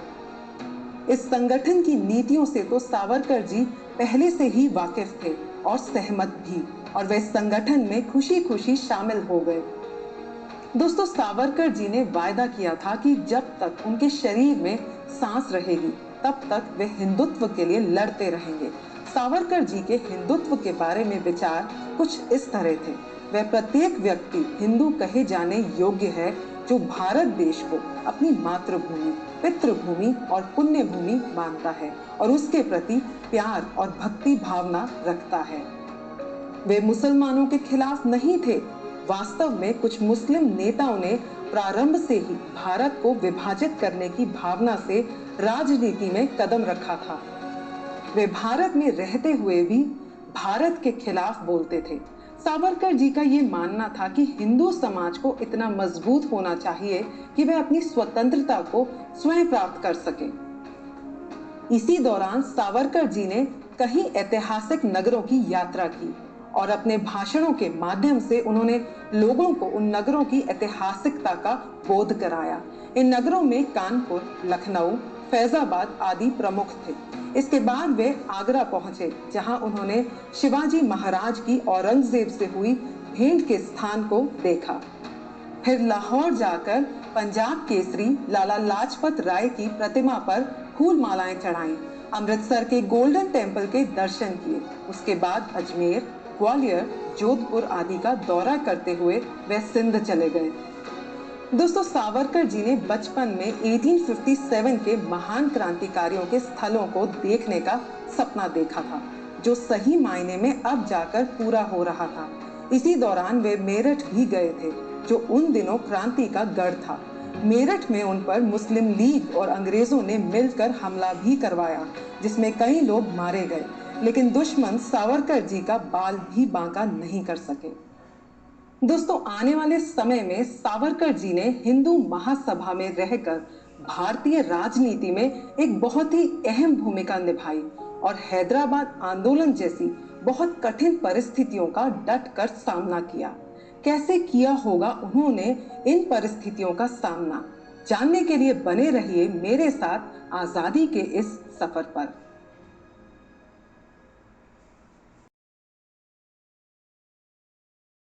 उन दिनों हैदराबाद के निजाम ने अपनी हिंदू प्रजा के लिए बड़ी ही तकलीफदायक स्थितियां खड़ी कर दी थी। वह बड़ा ही कठोर था और अपनी हिंदू प्रजा पर बड़े भारी अत्याचार करता था। हिंदू लोगों का जीवन बड़ा कठिन हो गया था। उन्हें अपने मंदिरों में पूजा पाठ करने का हक भी नहीं था। यहाँ तक कि मंदिरों में घंटियां बजाना, रामायण महाभारत की कथाएं कहने सुनने पर भी रोक लगा दी गई थी। तब आर्य समाज ने हैदराबाद के निजाम के खिलाफ आवाज उठाई। यह 1938 में दिसंबर में आर्य समाज ने सोलापुर में सारे देश के आर्य समाजियों का एक विशाल सम्मेलन रखा। इस सम्मेलन के अध्यक्ष बापूजी अड़े थे और इसके संयोजक थे महात्मा नारायण स्वामी सरस्वती जी। इस सम्मेलन में हैदराबाद के नवाब के खिलाफ आवाज बुलंद की जानी थी और उसके अत्याचारों से कैसे बचा जाए।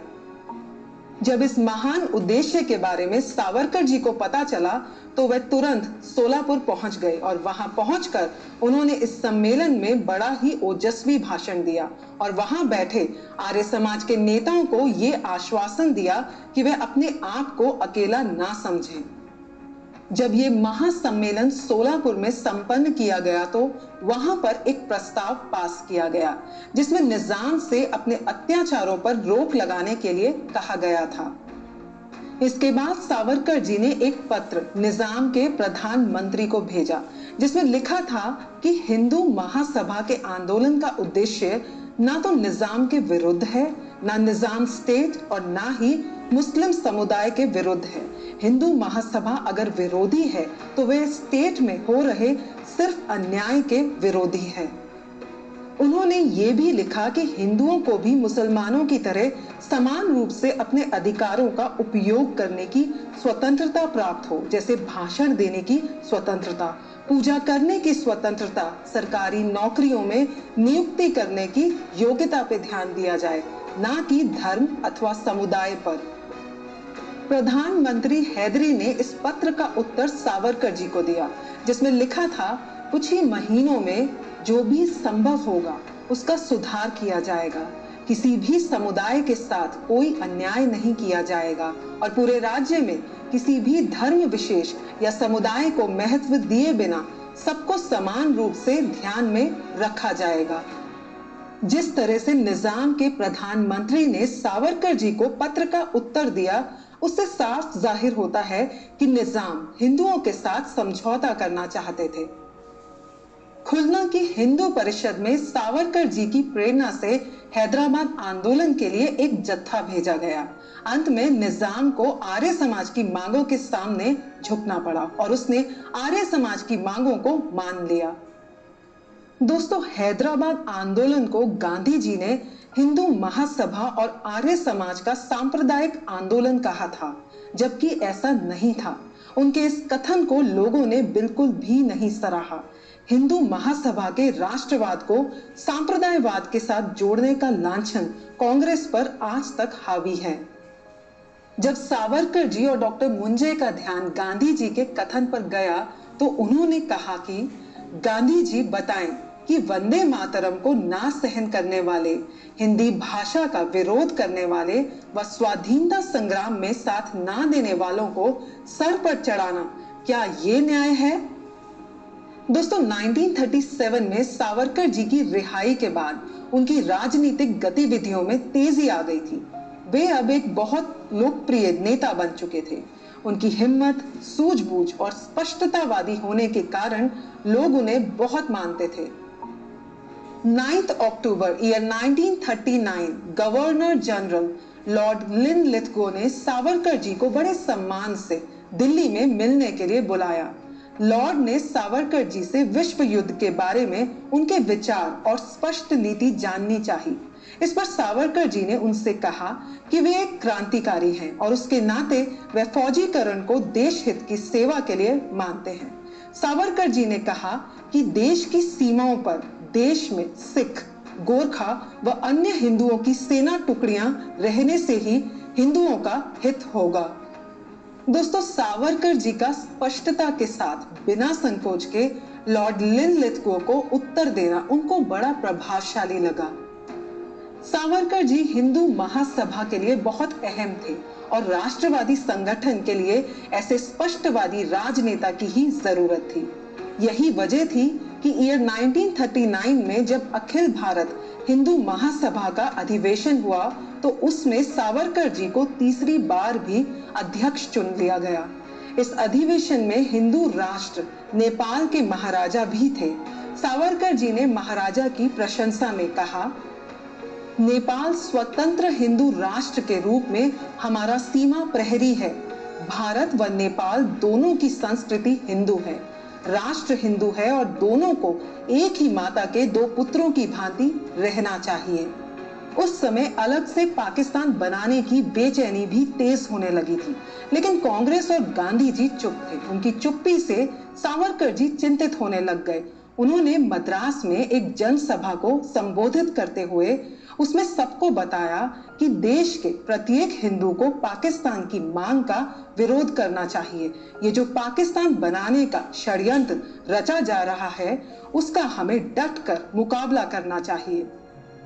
ईयर 1939 में द्वितीय विश्व युद्ध शुरू हो चुका था, लेकिन ब्रिटिश सरकार भारत की सुरक्षा को लेकर इतनी चिंतित नहीं थी। उनका मानना था कि अगर हम देश का भला चाहते हैं तो हिंदुओं को सेना में भर्ती होना चाहिए। सावरकर जी ने हिंदू महासभा के नेता डॉक्टर मुंजे के साथ भारत का भ्रमण किया था और हिंदुओं के फौजीकरण की बात लोगों को समझाई।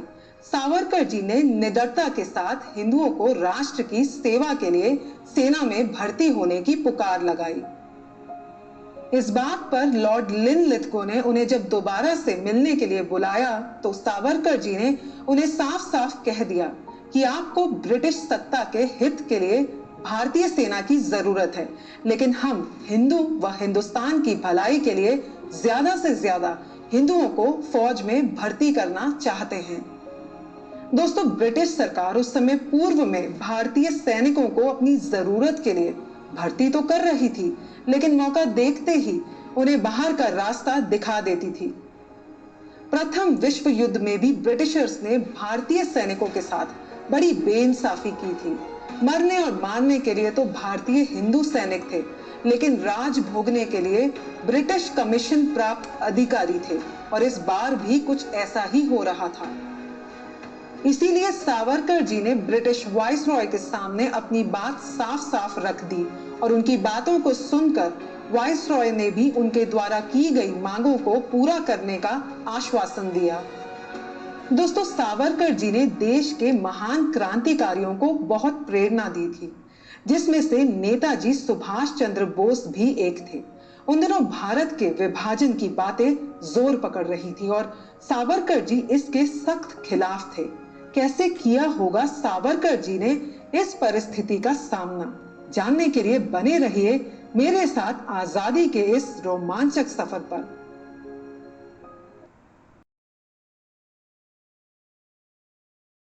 सेकेंड जून 1940 को नेताजी सुभाष चंद्र बोस ने सावरकर जी से मुलाकात की और उससे पहले वे बंबई में जिन्ना से मिले।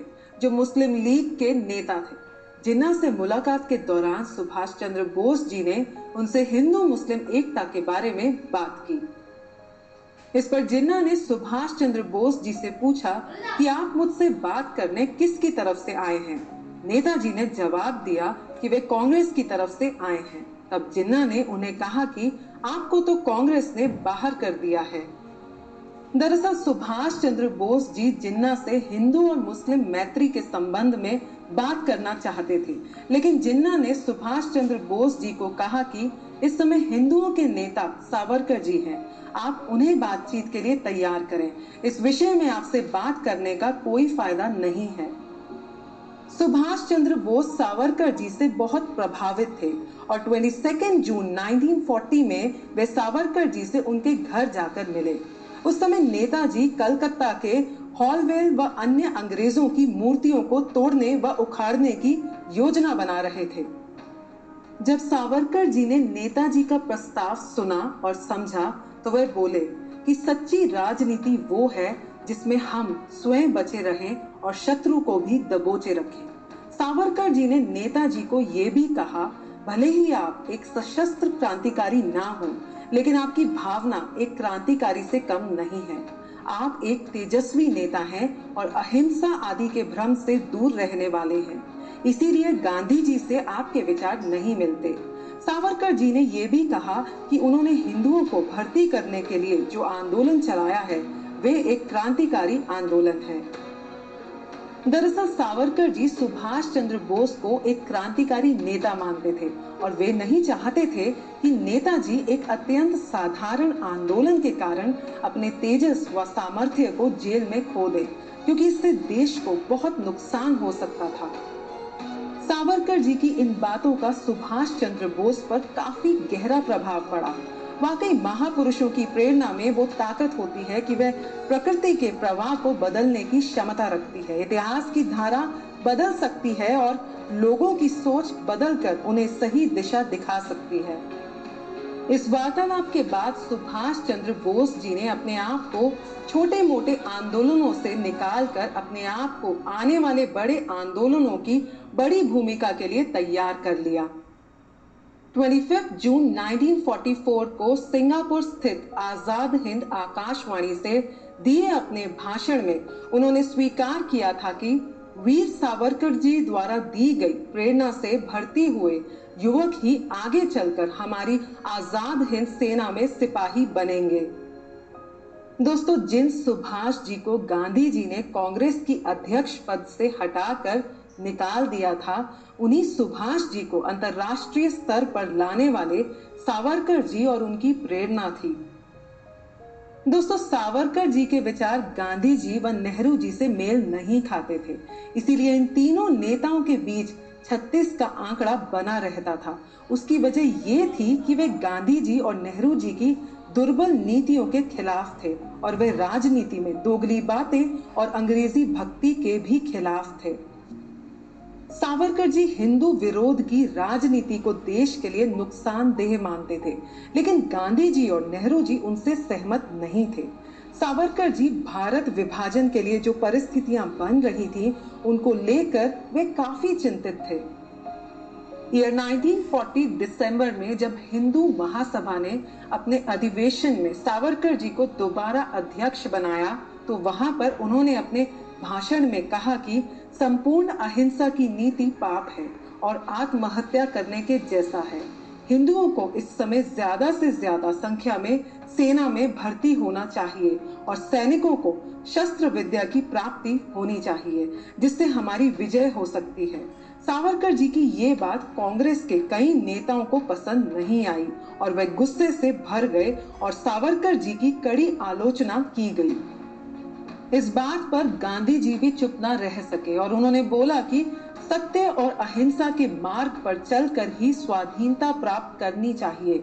ये सेना में भर्ती होना और शस्त्र विद्या का सुझाव ठीक नहीं है। दोस्तों, सावरकर जी का मानना था कि गांधी जी का सत्य अहिंसा का मार्ग डेमोक्रेटिक सिचुएशंस के लिए बहुत अच्छा था, जहां पर लोग शांतिपूर्ण सभाएं करके या धरना देकर अपने अधिकार मांगते हैं, लेकिन इस मार्ग को तानाशाही और क्रूर व्यवस्था के खिलाफ कैसे अपना सकते हैं। सावरकर जी ने एक ही सपना देखा था और वो था भारत की आजादी।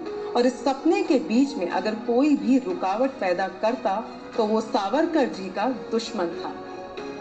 मुस्लिम लीग अपने ब्रिटिश मेंटर्स की मदद और प्रेरणा से अपनी पाकिस्तान की मांग पर दृढ़ थी और इसके लिए उन्होंने अपना आंदोलन भी चला लिया था। इधर गांधी जी कह रहे थे कि पाकिस्तान मेरी लाश पर बनेगा। सावरकर जी इस बात से बिल्कुल सहमत नहीं थे और उन्होंने कहा कि ऐसे तो एक दिन ये कांग्रेस के नेता पाकिस्तान की योजना को स्वीकार कर लेंगे और हिंदुओं को इन बहकावों में नहीं आना चाहिए। सावरकर जी का कहना था कि ऐसी नीति आखिर में आत्मसमर्पण की कायरता जैसी स्थिति में जाकर खत्म होती है और फिर व्यक्ति मजबूर हो जाता है। ईयर 1944 में जिन्ना की बातों को गांधी जी दिन भर दिन मोल देते गए और उन्हें कायदे आजम का पद दे दिया गया। गांधी जी का हट कांग्रेसियों के लिए और राष्ट्रवादी हिंदूवादी के आड़े तो आ जाता था, लेकिन उनका यही हटपन जिन्ना के सामने टिक ही नहीं पाता था। जब गांधी जी ने जिन्ना के सामने भारत के विभाजन की बात पर अपने हथियार डाल दिए तो पूरे देश में एक हलचल की लहर आ गई। इस बात पर बहुत सारे कांग्रेसी भी गांधी जी के विरोधी हो गए थे। सावरकर जी आखिरी समय तक भारत विभाजन के खिलाफ थे। 7 व 8 अक्टूबर ईयर 1944 को अखंड भारत सम्मेलन का आयोजन किया गया। इस सम्मेलन में पाकिस्तान योजना के विरोध की रूपरेखा तैयार की जानी थी। सावरकर जी ने मुस्लिम लीग की पाकिस्तान की मांग को हिंदुओं के लिए चुनौती कहा, क्योंकि भारत को अपना देश मानने की चुनौती हर हिंदू में होती है और विदेशी मजहब को अपनाकर और फिर अपनी मातृभूमि का अन्न खाने वाले लोगों में अपनी मातृभूमि के लिए इतना लगाव नहीं होता और फिर चाहे इसके टुकड़े ही क्यों ना हो, इस बात का उनको कोई फर्क नहीं पड़ता। जबकि अगर एक सच्चे हिंदू को इसके टुकड़े की बात भी कही जाए तो वह कराह उठता है। सावरकर जी ने बड़ी भावुकता से इस सम्मेलन में कहा कि जो लोग मां के टुकड़े करना चाहते हैं वे भारत माता के सपूतों को खुली चुनौती दे रहे हैं। सावरकर जी के इस संदेश से देश के लोगों पर गहरा प्रभाव पड़ा और काफी लोग कांग्रेस के विरुद्ध हो गए। ये सब देखकर कांग्रेस ने अपनी रणनीति को बदलना चाहा और कांग्रेस ने पाकिस्तान की मांग का विरोध करना शुरू कर दिया। उन्हीं दिनों इलेक्शंस आ रहे थे और कांग्रेस को यह भी डर था कि अगर उन्होंने हिंदुओं की भावनाओं के साथ कोई भी खिलवाड़ किया तो आने वाले वक्त में उनका पत्ता साफ हो जाएगा। इसीलिए कांग्रेस ने लोगों को आश्वासन दिया और अपना चुनाव प्रचार अभियान शुरू कर दिया।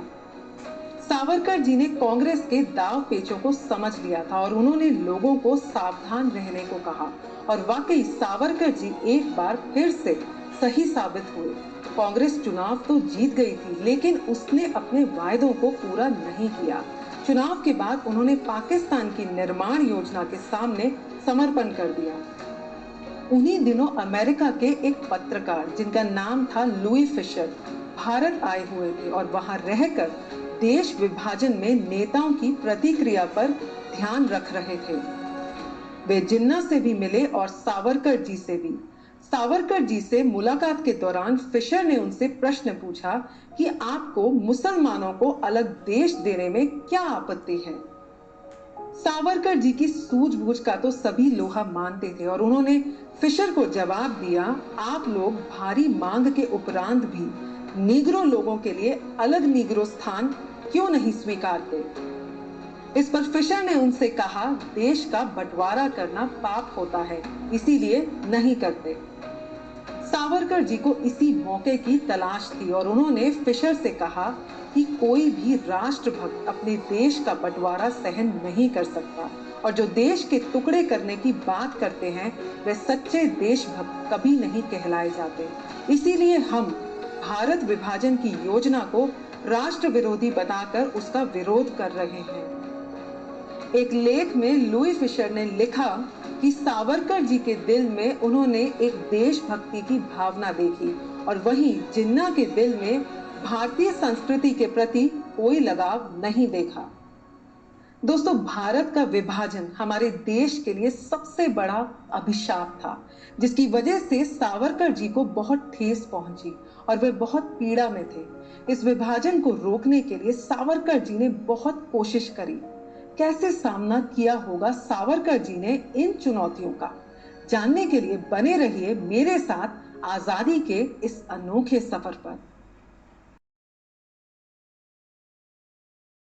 1942 को क्रिप्स मिशन भारत आया, जिसके मुख्य अधिकारी स्टैफोर्ड क्रिप्स थे और इसके प्रस्ताव से यह साफ झलकता था कि ये एक नहीं कई पाकिस्तानों को जन्म देगा। कांग्रेस की तरफ से तेज बहादुर सप्रू ने कह दिया था कि ब्रिटिश सरकार भारत में अंतरिम सरकार की स्थापना करे। मुस्लिम लीग को यह बात पसंद नहीं आई और उन्होंने कहा कि अगर ब्रिटिश सरकार ने सप्रू साहब की इस बात को माना तो वे बगावत कर देंगे। हिंदू महासभा ने क्रिप्स मिशन को पूरी तरह से अस्वीकार कर दिया था, क्योंकि ये मिशन भारत में उसके टुकड़े करने भारत में आया था और सावरकर जी को हर वो व्यक्ति बुरा लगता था जो अखंड भारत पर उंगली उठाता था। 8 अगस्त 1942 को बंबई में हुई कार्य समिति की बैठक और 6 जुलाई 1942 की अखिल भारतीय कांग्रेस समिति की वर्धा बैठक में लिए गए निर्णय के अनुसार भारत छोड़ो आंदोलन शुरू करने का फैसला लिया गया। इस अवसर पर गांधी जी ने कहा, ये एक सामूहिक लड़ाई होगी, ये एक खुली लड़ाई है और हम एक साम्राज्य से लड़ाई लड़ने जा रहे हैं। इस बार गांधी जी का नारा था, करो या मरो, और साथ ही साथ लोगों को भारत छोड़ो आंदोलन में बढ़ चढ़कर भाग लेने के लिए प्रेरित किया। लेकिन सावरकर जी ने गांधी जी के इस आंदोलन का समर्थन नहीं किया। वो इसलिए कि हम सब जानते हैं सावरकर जी ने सुभाष चंद्र बोस जी को बहुत प्रेरणा दी थी।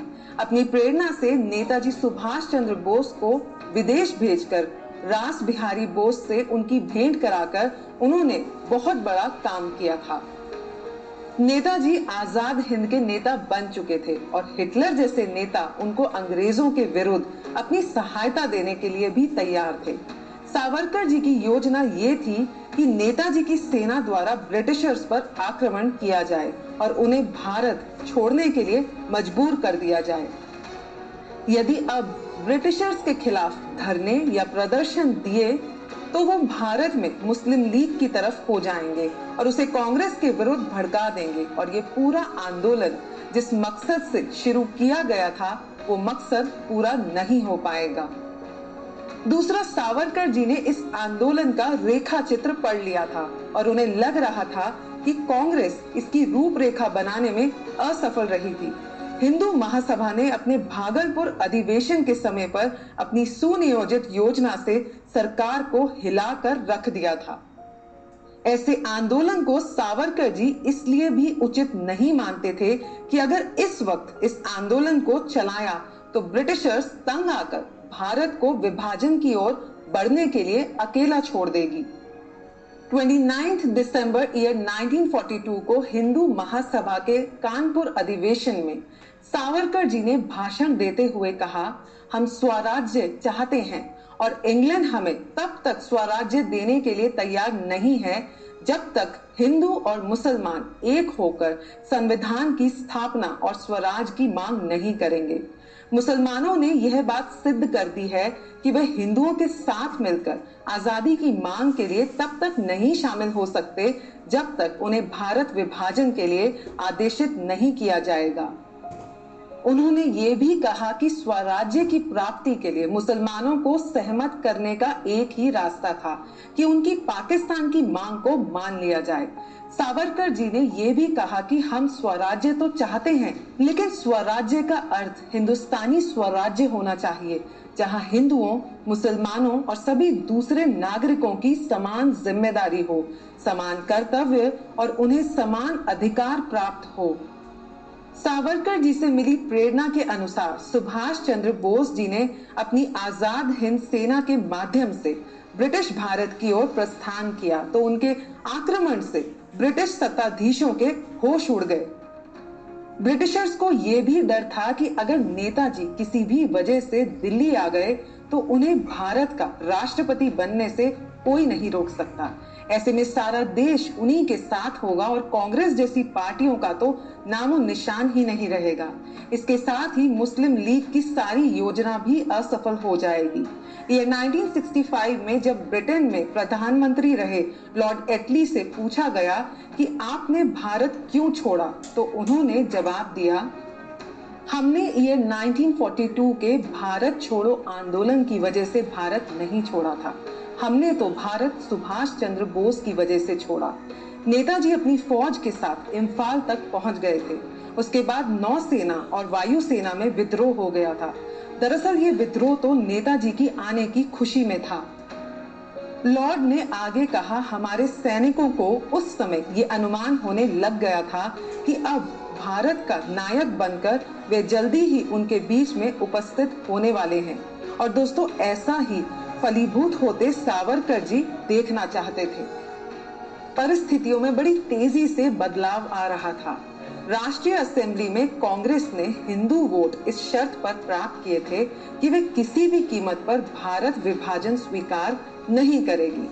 3 जून 1947 को राष्ट्रीय असेंबली ने भारत विभाजन पर अपने हस्ताक्षर कर उस पर अपनी सहमति दे दी। जिस बात का डर था वही हुआ। इन हस्ताक्षरों की स्याही ने भारत की मातृभूमि पर सदा के लिए अंधकार फैला दिया और उसे अत्यंत पीड़ा में छोड़ दिया। इस पर कांग्रेस ने भी अपना सहयोग दे दिया था। हर भारतवासी जो अपने राष्ट्र से प्यार करता था इस बात पर बहुत दुखी था और उनके दर्द को उस समय समझने वाला कोई भी नहीं था। भारत में मौजूद हिंदू और मुस्लिम की समस्या को हमेशा के लिए खत्म करने के लिए हम भारत का विभाजन स्वीकार कर रहे हैं, ऐसा 3 जून 1947 को नेहरू जी ने कहा था। दोस्तों, लोगों को इस बात से बहुत ठेस पहुंची थी और अपने देश का चीरहरण होता देख कोई भी खुश नहीं था।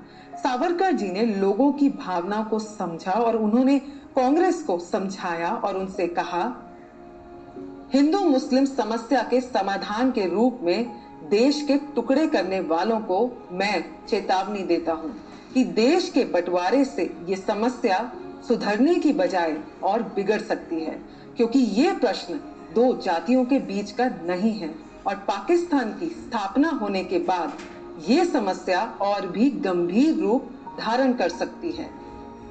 सावरकर जी उस समय बहुत पीड़ा में थे क्योंकि वे देश का विभाजन कभी भी देखना नहीं चाहते थे। अंग्रेजों को अच्छा मानने वाले आज तक कभी ये नहीं बता पाए कि अगर अंग्रेज वाकई भारत का भला चाहते थे तो उन्होंने कभी जनता से ये क्यों नहीं पूछा कि क्या जनता देश का विभाजन करना चाहती है या फिर एक स्वाधीन देश देखना चाहती है। देश के ज्यादातर लोग विभाजन नहीं चाहते थे। कांग्रेस ने वोट मांगे और वायदा किया कि वे भारत का विभाजन नहीं होने देंगे। वे चुनाव भी जीत गए लेकिन अपने वायदे को नहीं निभाया। लोग ठगे से रह गए और उन्हें समझ ही नहीं आया कि ये क्या हो गया। 3 जून 1947 को जो भी कुछ हुआ उस पर लियोनार्ड भोसले ने कुछ इस तरह लिखा। 3 जून 1947 की शाम को 3 संबोधित पार्टियों के नेता कांग्रेस, मुस्लिम लीग और सिख लॉर्ड माउंटबेटन के पीछे पीछे ऑल इंडिया रेडियो में ब्रॉडकास्ट करने के लिए गए थे। ये ब्रॉडकास्ट राष्ट्र के नाम नहीं था क्योंकि अब राष्ट्र जैसी चीज ही नहीं थी, बल्कि ये ब्रॉडकास्ट उन्हें अपने लोगों के लिए करवाना था। उस समय हिंदू महासभा के राष्ट्रीय अध्यक्ष एलवी भोपटकर थे। 4 जून 1947 को सावरकर जी ने भोपटकर जी को एक टेलीग्राम भेजा और उस समय राष्ट्रीय कार्यकारिणी की बैठक दिल्ली में होने वाली थी। उस बैठक में सावरकर जी ने भोपटकर जी को एक प्रस्ताव पास करने की सलाह दी जिसमें लिखा था, मेरा निजी दृष्टिकोण ये है कि केंद्रीय भारतीय राज्य के विरुद्ध जो स्वतंत्र मुस्लिम राज्य की स्थापना हो रही है उसका हमें जोरदार तरीके से विरोध करना चाहिए। भारत की अखंडता के मृत्यु प्रमाण पत्र पर हम हस्ताक्षर करने के लिए तैयार नहीं हैं। अगर ब्रिटेन हमारे ऊपर पाकिस्तान को थोपता तो अलग बात थी। इससे निपटने के लिए विद्रोही मुस्लिम प्रांतों को जोड़ने में हमारा संघर्ष जारी रहेगा। दूसरे, पाकिस्तान को विरोध करने के लिए पूरे हिंदुस्तान में काले दिवस मनाने की तिथि निश्चित की जानी चाहिए। तीसरा, बंगाल, पंजाब एवं सिंध के हिंदू अधिकांश क्षेत्रों में अखंड हिंदुस्तान को दृष्टि में रखने के साथ साथ किसी प्रकार का पाकिस्तान निर्मित नहीं होने देना चाहिए।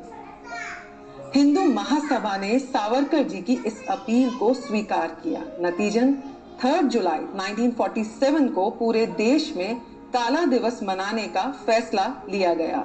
देश के लोगों ने इस आंदोलन को सफल बनाने के लिए बढ़ चढ़कर हिस्सा लिया, लेकिन लोगों की आवाज की तरफ डेमोक्रेटिक सरकार ने कोई ध्यान नहीं दिया, और अगर शायद दिया होता तो भारत का विभाजन टल जाता।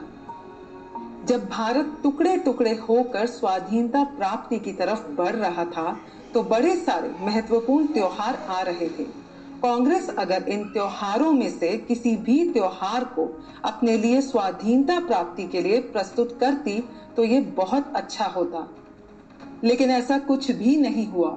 वाइसरॉय लॉर्ड माउंटबेटन ने अपनी मर्जी से फैसला लिया और बिना कुछ सोचे समझे भारत को स्वतंत्र करने की तारीख 15 अगस्त तय कर दी। उसकी वजह यह थी कि 15 अगस्त 1945 को जापान की सेनाओं ने ब्रिटेन के सामने आत्मसमर्पण किया था और लॉर्ड माउंटबेटन उस तारीख को महत्वपूर्ण मानते थे। इसीलिए उन्होंने भारत की आजादी के लिए भी यही तिथि ठीक मानी। कांग्रेस में एक नेता सरदार पटेल भी थे जो 3 जून 1947 की उस बैठक में शामिल हुए थे। वे चाहते थे कि यदि सांप्रदायिक आधार पर देश का विभाजन हो रहा है तो इस तरह होना चाहिए कि भारत की मुस्लिम आबादी पाकिस्तान में और पाकिस्तान की हिंदू आबादी भारत में भेज दी जाए। वैसे तो सरदार पटेल जी हिंदू राष्ट्र बनाने की हिंदू महासभा की राय से असहमत थे, लेकिन वे ये भी नहीं चाहते थे कि भारत के टुकड़े हो जाएं। 15 अगस्त 1947 को मिली आजादी को लेकर सावरकर जी इसलिए भी दुखी थे कि इसमें भारत का स्व था ही नहीं, यानी उसमें खुद का कुछ बचा ही नहीं था। सावरकर जी इस क्रांति में भारत के स्व को ढूंढना चाहते थे और मिलने वाली स्वतंत्रता के साथ वे भारत को इस तरह एक करना चाहते थे कि आने वाले समय में कोई उसे चाह कर भी अलग ना कर पाए। दोस्तों, भारत की आजादी के बाद सक्रिय राजनीति में ना होने के बावजूद भी देश की प्रगति में सावरकर जी के विचारों का काफी प्रभाव रहा है। उन्होंने एक आदर्श भारत का सपना देखा था।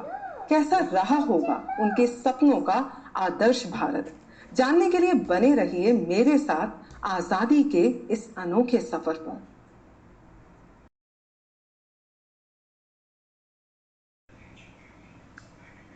10 मई 1952 को पूना में अभिनव भारत संस्था के समापन समारोह में भाषण देते हुए सावरकर जी ने कहा कि स्वतंत्रता हमें प्राप्त नहीं हुई, हमने स्वतंत्रता को बड़े बड़े बलिदान देकर प्राप्त किया है।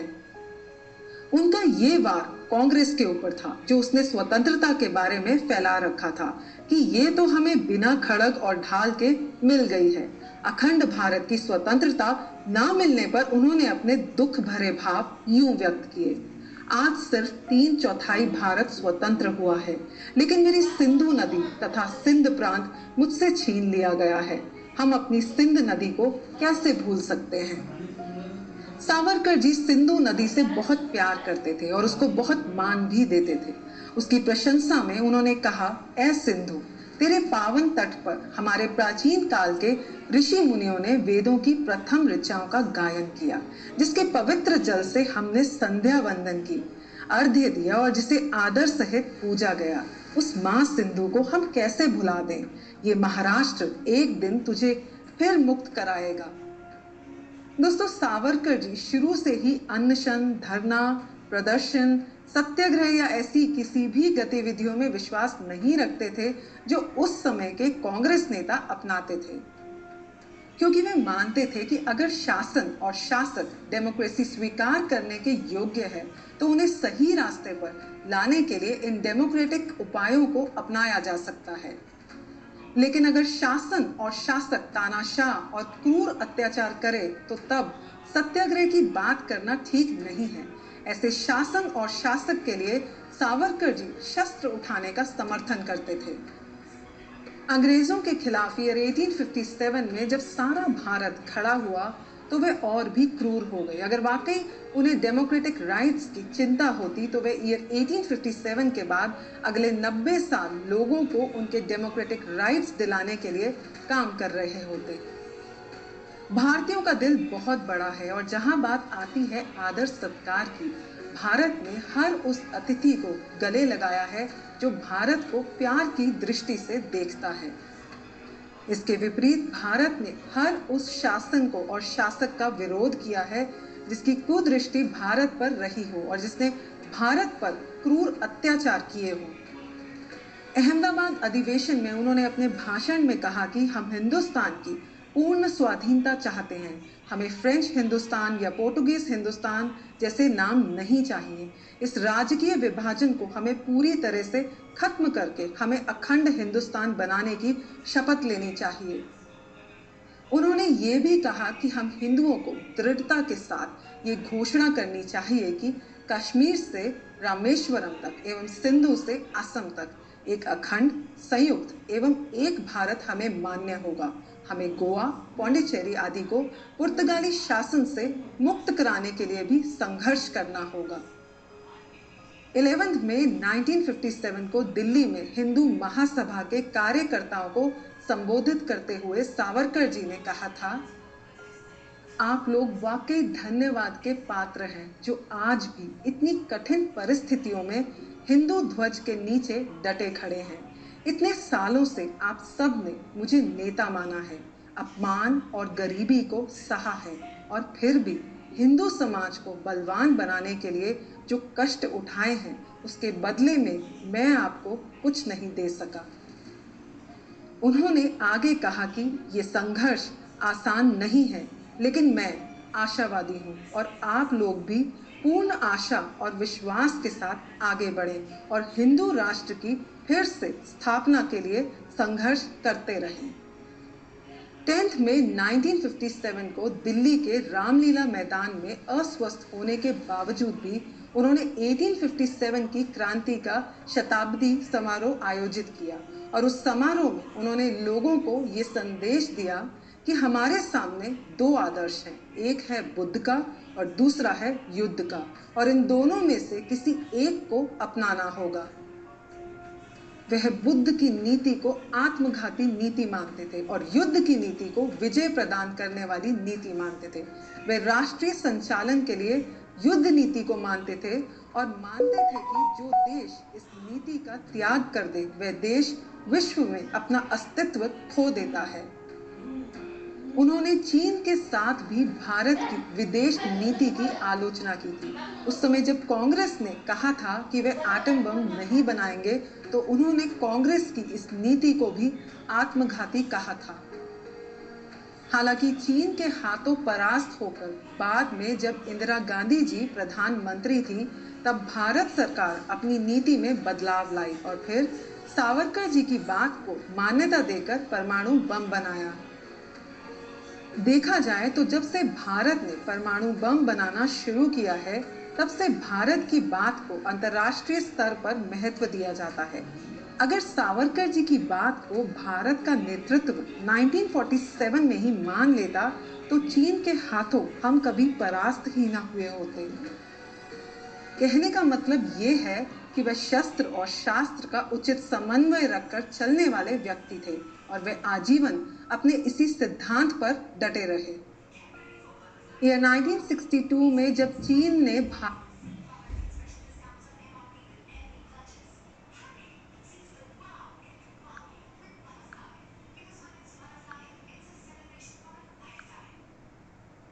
पर आक्रमण किया था तब उन्हें बहुत दर्द महसूस हुआ था उन्होंने उस समय कहा कि काश अहिंसा, पंचशील व विश्व शांति की भ्रांति में फंसे शासनाधिकारी मेरे प्रस्ताव को मानकर अगर राष्ट्र का फौजीकरण कर लेते तो आज हमारे देश की पराक्रमी सेना चीनियों को पीकिंग तक खदेड़ कर उनको खत्म कर देती।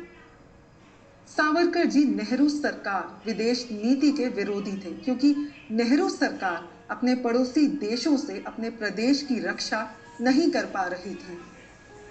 उन्होंने पहले भी 15 अगस्त 1947 को खंडित हिंदुस्तान लेकर बहुत बड़ी गलती की और ये सब असफल विदेश नीति के परिणाम थे। यहाँ तक कि श्रीलंका और नेपाल जैसे छोटे छोटे देश भी भारत का सम्मान नहीं करते थे। ये सब देखकर सावरकर जी को बहुत दुख होता था। वे नेहरू जी को कदम कदम पर सावधान भी करते थे, लेकिन नेहरू जी ने उनकी एक भी बात ना मानी। यह 1955 में जोधपुर में आयोजित हिंदू महासभा में आए लोगों को उन्होंने ये संदेश दिया कि जब तक हिंदुओं का फौजीकरण नहीं किया जाएगा तब तक भारत की स्वाधीनता, उसकी सीमाएं, उसकी सभ्यता और संस्कृति सुरक्षित नहीं है। वे चाहते थे कि हिंदू युवक ज्यादा से ज्यादा संख्या में सेना में भर्ती होकर सैन्य विद्या का ज्ञान प्राप्त करें, ताकि समय आने पर वे अपने देश की रक्षा कर सकें। सावरकर जी का मानना था कि राजनीतिक समस्याएं भावुकता से हल नहीं की जाती और ना ही विरोध पत्र भेजने से समाप्त होती हैं। इसके लिए हमें हमारी सेना को आधुनिकतम और शक्तिशाली बनाना होगा। हमें हमारी विकास योजनाओं के साथ साथ रक्षा को प्राथमिकता दी जाना बहुत जरूरी है। दोस्तों, सावरकर जी के रूप में भारत को एक उच्च कोटि का राजनेता, क्रांतिकारी और देश प्रेमी मिला था, लेकिन दुर्भाग्यवश भारत की राजनीति में उनको इतना महत्व नहीं मिला जितना उनको मिलना चाहिए था। आने वाले समय में गांधी जी की हत्या को लेकर उनके ऊपर काफी सवाल उठाए गए। कैसे किया होगा उन्होंने इस स्थिति का सामना? जानने के लिए बने रहिए मेरे साथ आजादी के इस सफर पर। सावरकर जी के जीवन भर गांधी जी और नेहरू जी से मौलिक मतभेद रहे। सावरकर जी की सोच गांधी जी और नेहरू जी को भाती नहीं थी और गांधी जी और नेहरू जी की विचारधारा को सावरकर जी देश के लिए पसंद नहीं करते थे। देश के विभाजन को स्वीकार करके गांधी जी और नेहरू जी ने इन मतभेदों को और भी गहरा कर दिया था। देश के विभाजन के समय हालात ऐसे थे कि लोग इतने दुखी थे कि वे कुछ भी कर सकते थे। उस समय गांधी जी का आचरण कई मामलों में ऐसा हो गया था जिससे लगने लगा था कि गांधी जी अपने मुस्लिम प्रेम के सामने हिंदू विरोध पर उतर आए थे। उस समय गांधी जी ने पाकिस्तान की मांग पर भारत सरकार को उसे 55 करोड़ रुपए देने का दबाव बना दिया और जब भारत सरकार ने इसमें अयोग्यता प्रकट की तो उन्होंने इस मांग को लेकर अनशन करना आरंभ कर दिया और आखिर में भारत सरकार को झुकना पड़ा और लोगों को ये बात बहुत बुरी लगी थी। 30 जनवरी 1948 को दिल्ली में प्रार्थना सभा में नथुराम गोडसे ने गांधी जी की हत्या कर दी थी। नथुराम गांधी जी की नीतियों को देश की भलाई के लिए बिल्कुल भी ठीक नहीं मानते थे। उस समय सावरकर जी बंबई में अपने घर सावरकर सदन में ही थे। गोडसे का संबंध हिंदू महासभा से माना गया और इसीलिए लोगों ने गांधी जी की हत्या में सावरकर जी का हाथ माना। उस समय सावरकर सदन को भीड़ ने जा घेरा और वहां तोड़फोड़ करने लगी। गांधी जी की हत्या 30 जनवरी की शाम को की गई थी और उस समय सावरकर जी अपने घर पर ही थे और उनका इकलौता पुत्र उनके साथ ही था और सावरकर जी ने अपने पुत्र को वहां से सुरक्षित निकल जाने को कहा, लेकिन वे अपने पिताजी को अकेला इस स्थिति में छोड़कर नहीं जाना चाहते थे। इसके बाद सावरकर जी उस भीड़ का सामना करने के लिए सशस्त्र बैठ गए। उसी दौरान हिंदू महासभा के लोगों को जब ये पता चला कि कुछ असामाजिक लोग सावरकर जी के घर पर हमला कर रहे हैं तो वे बड़ी संख्या में सावरकर जी के घर पहुंच गए। वहां पहुंचकर गुंडों को उन्होंने मार भगाया। इस भीड़ ने सावरकर जी के छोटे भाई डॉक्टर नारायण राव जी के मकान पर हमला कर उन्हें पत्थरों से अधमरा कर दिया था और बाद में उनका निधन हो गया। पुलिस ने सावरकर जी को सुरक्षा देनी चाहिए, लेकिन उन्होंने पुलिस की सुरक्षा लेने से मना कर दिया था और कहा कि वे अपनी सुरक्षा करने में समर्थ हैं। इसके बाद सरकार भी सावरकर जी को परेशान करने लगी थी। 5 फरवरी ईयर 1948 की सुबह पुलिस अधिकारियों ने सावरकर जी को गिरफ्तार कर लिया, जिसे सावरकर जी ने स्वीकार कर लिया। इसके बाद उन्हें बंबई की आर्थर रोड जेल में ले जाकर डाल दिया। कुछ समय बाद उन्हें दिल्ली के लाल किले में लाकर अन्य अभियुक्तों के साथ रखा गया, जैसे नथुराम गोडसे, आप्टे, करकरे, मदनलाल पाहवा, डॉक्टर दत्तात्रेय आदि। उस समय हिंदू महासभा के राष्ट्रीय अध्यक्ष श्री LB भोपटकर थे। उन्होंने सावरकर जी के बचाव के लिए अन्य हिंदू महासभा के नेताओं के साथ मिलकर विचार विमर्श किया और उनके बचाव के लिए लाला गणपत राय, जमनादास मेहता जैसे ख्याति प्राप्त वकीलों को खड़ा किया। गांधी जी हत्या का मुकदमा मई 1948 के अंत में शुरू हुआ था। इससे पहले ही मोडस ऑपरेंडी के आधार पर काम करने वाली पुलिस ने बड़गे नाम के एक व्यक्ति को इन्फॉर्मर बना दिया, जिसने कोर्ट में सावरकर जी के खिलाफ झूठी गवाही दी। उस समय कम्युनिस्ट विचारधारा के लोग और सावरकर जी से व्यक्तिगत जलन रखने वाले बहुत से क्रांतिकारियों की यही इच्छा थी कि किसी तरह सावरकर जी को कठोर से कठोर सजा मिले। पुलिस ने गोडसे और आप्टे को भी अपना अपना बयान देने के लिए कोर्ट बुलाया और उन्होंने साफ साफ कह दिया कि गांधी जी की हत्या में सावरकर जी का कोई हाथ नहीं है। उन्होंने ये भी साफ साफ बताया कि गांधी जी जिस तरह हिंदू विरोध की राजनीति को देश में चला रहे थे और गांधी जी के द्वारा 55 करोड़ रुपए पाकिस्तान को दिलवाने के लिए अनशन करना तो उन्हें बर्दाश्त ही नहीं हुआ। 20 नवंबर 1948 को सावरकर जी ने अपने बयान में कहा कि उन पर गांधी जी की हत्या का झूठा केस लगाया गया है। उन्होंने ये भी कहा कि गांधी जी की नीतियां पहले भी उन्हें पसंद नहीं थी और आज भी नहीं है, पर इसका मतलब ये नहीं कि वे उनके हत्यारे बन जाएं।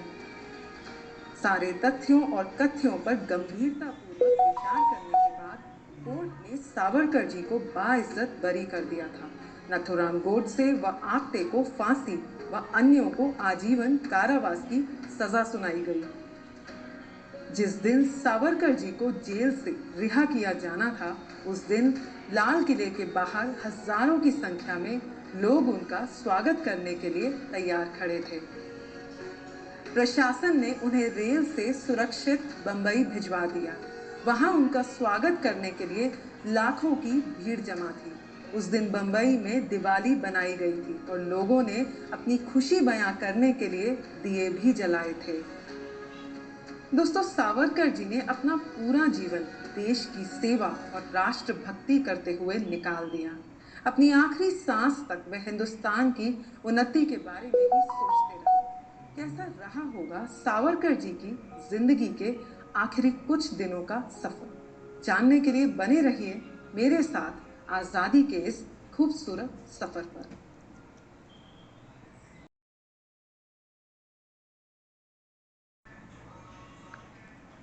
दोस्तों, ये जीवन एक अनमोल देन है। जिस व्यक्ति को जीवन जीने की कला आ जाए, उसका जीवन संपन्न है।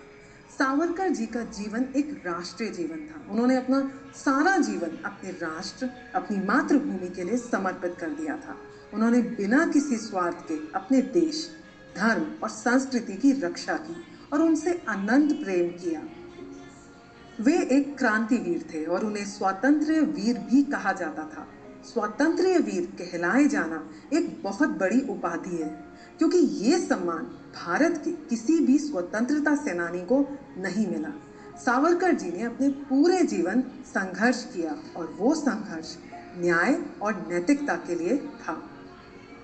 सावरकर जी अब वृद्ध अवस्था की तरफ बढ़ रहे थे और उस समय लाल बहादुर शास्त्री जी भारत के प्रधानमंत्री थे।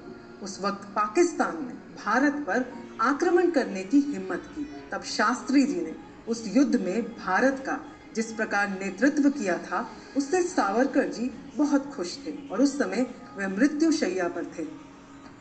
शास्त्री जी की ऐसी वीरता और बौद्धिक क्षमता एवं नेतृत्व को देखकर सावरकर जी अपने रोग को भूल गए थे और उन्होंने अपनी प्रसन्नता व्यक्त की। जब भारतीय सैनिक लाहौर की तरफ बढ़ते जा रहे थे तो सावरकर जी को लगा कि शास्त्री जी उनकी प्रिय सिंधु नदी से दोबारा भेंट कराने का अवसर उपलब्ध कराने वाले हैं। जीवन के उस दौर में उन्हें लग रहा था कि वे फिर एक बार अखंड भारत को देख सकेंगे। शास्त्री जी वो प्रधानमंत्री थे जिन्होंने सावरकर जी की नीतियों को देशभक्तिपूर्ण माना और उनके योगदान को स्वतंत्रता संग्राम के इतिहास के लिए उपयोगी माना था। ऐसे प्रधानमंत्री से सावरकर जी को अपेक्षा भी थी कि वे लाहौर को बहुत शीघ्र नियंत्रण में लेकर फिर से अपनी मातृभूमि की गोद में डाल देंगे। जब शास्त्री जी को ताशकंद में घेर कर ताशकंद समझौता पर हस्ताक्षर करने के लिए मजबूर किया था तो सावरकर जी ने कहा था, हजारों वीर सैनिकों ने अपना बलिदान देकर जो विजय प्राप्त की है उसे ये गांधीवादी नेता गवा देंगे। अब इनसे उम्मीद रखना बेकार है। सावरकर जी का अब जीवन के प्रति मोह खत्म हो चुका था। अब सावरकर जी ने दवा लेने से भी इनकार कर दिया था। एक दिन सावरकर जी ने अपने निजी चिकित्सक डॉक्टर साठे से कहा, साठे, अब मुझे उपचार की जरूरत नहीं है। मैंने तुम्हारी हर बात मानी है, लेकिन अब तुम मेरी बात मानो। अब मुझे ऐसी दवा दो कि जिसे लेने के बाद मैं मौन हो जाऊं। दोस्तों, ये विधि का कैसा विधान था। जो व्यक्ति हमेशा अपने भाषण से लोगों को प्रेरणा देने के लिए तत्पर रहता था, जो स्वर की साधना करता था, आज वह व्यक्ति सदा के लिए मौन रहना चाहता है। आज उनकी बोलने की इच्छा नहीं थी और उनकी अंतिम घड़ी करीब आ रही थी। 26 फरवरी 1966 के दिन सावरकर जी की हालत काफ़ी खराब हो गई थी। डॉक्टर्स की सारी कोशिशें बेकार जा रही थी और लगभग सुबह के 11 बजे उन्होंने अपने प्राण त्याग दिए। ऐसा लग रहा था कि माँ भारती ने अपने दोनों हाथ फैलाकर अपने देशभक्त पुत्र को गले लगा लिया हो। सावरकर जी अपना शरीर त्यागने से पहले ये कह कर गए थे कि मेरे निधन पर हड़ताल करके या काम बंद करके राष्ट्र को नुकसान ना पहुंचाया जाए। सावरकर जी का अपने देश के प्रति बहुत प्रेम का भाव था और वे नहीं चाहते थे कि बेकार में उनकी मृत्यु के बहाने देश के कार्यों में कोई रुकावट आए। उनका पार्थिव शरीर हिंदू महासभा के ध्वज में लपेटकर मोटर गाड़ी में रखा गया था। लाखों व्यक्तियों ने मां भारती के इस वीर पुत्र को अपनी भावपूर्ण श्रद्धांजलि अर्पित की। लोगों के दिल में उनके लिए असीम प्यार और श्रद्धा थी। 27 फरवरी को उनका अंतिम संस्कार किया गया। उन्होंने अपनी वसीयत में कहा था, मेरे श्राद्ध का धन बचाकर हिंदू धार्मिक संस्थाओं को दान में दे दिया जाए। उन्होंने ये भी लिखा था कि मेरा वंश पूरी मानव जाति की सेवा करता रहा है। अपने संकल्प से अपने देश के लिए मैंने हर कार्य को पूरा करने की कोशिश की है। मैंने धार्मिक, सामाजिक और वांशिक कर्तव्यों का पालन भी किया है। प्रधानमंत्री श्रीमती इंदिरा गांधी जी ने भी सावरकर जी के प्रति विशेष सम्मान प्रकट किया था। उनके अंतिम संस्कार में सम्मिलित होने के लिए फिल्मी जगत के सितारे, राजनीतिक पार्टियों के अधिकारी और समाज के गणमान्य लोग बड़ी संख्या में उपस्थित थे। दोस्तों, आज भारत की दशा में बदलाव आ रहा है। आज की युवा पीढ़ी उन जैसे महान क्रांतिकारियों के बलिदान को समझने की कोशिश कर रही है। ऐसा लग रहा है कि आने वाली पीढ़ी देश के प्रति सावरकर जी के अनंत बलिदानों को समझेगी और उनको बहुत मान भी देगी। सावरकर जी की सोच, उनकी हर नीति देश के विकास के लिए थी, जिसमें उनका खुद का कोई स्वार्थ नहीं था। उनकी आत्मा में अपनी मातृभूमि के लिए अनंत प्यार था। वे हर वक्त अपनी माँ की सुरक्षा और उसकी सेवा करने के लिए तत्पर रहते थे। अपने जीवन के अंतिम समय में भी मृत्युशैया पर होने के बावजूद भी वे शारीरिक रूप से भले ही कमजोर हो चुके हों, लेकिन उनकी मानसिक स्थिति अब भी एक वीर की भांति ही थी, जो विश्वास रखता था कि ये अंत नहीं, आरंभ है। दोस्तों, मेरा ये विश्वास है कि स्वातंत्र्य वीर सावरकर जी के जीवन की ये प्रेरणादायक कहानी, उनके द्वारा किया गया ये भारत की आज़ादी के लिए स्वतंत्रता संग्राम हम सबको अपनी मातृभूमि और देश के लिए असीम प्यार और प्रेरणा से भर देगा। उम्मीद करती हूँ सावरकर जी के जीवन की ये कहानी आप सबको बहुत पसंद आई होगी। अब वक्त आ गया है आप सबको अलविदा कहने का। आप सुन रहे हैं मीट्स को ओनली ऑन कुकू एफएम। सुने जो मन चाहे। अगर आप सबको ये ऑडियो पसंद आया हो तो आप इसे 5 स्टार रेटिंग दे सकते हैं। नमस्ते, धन्यवाद।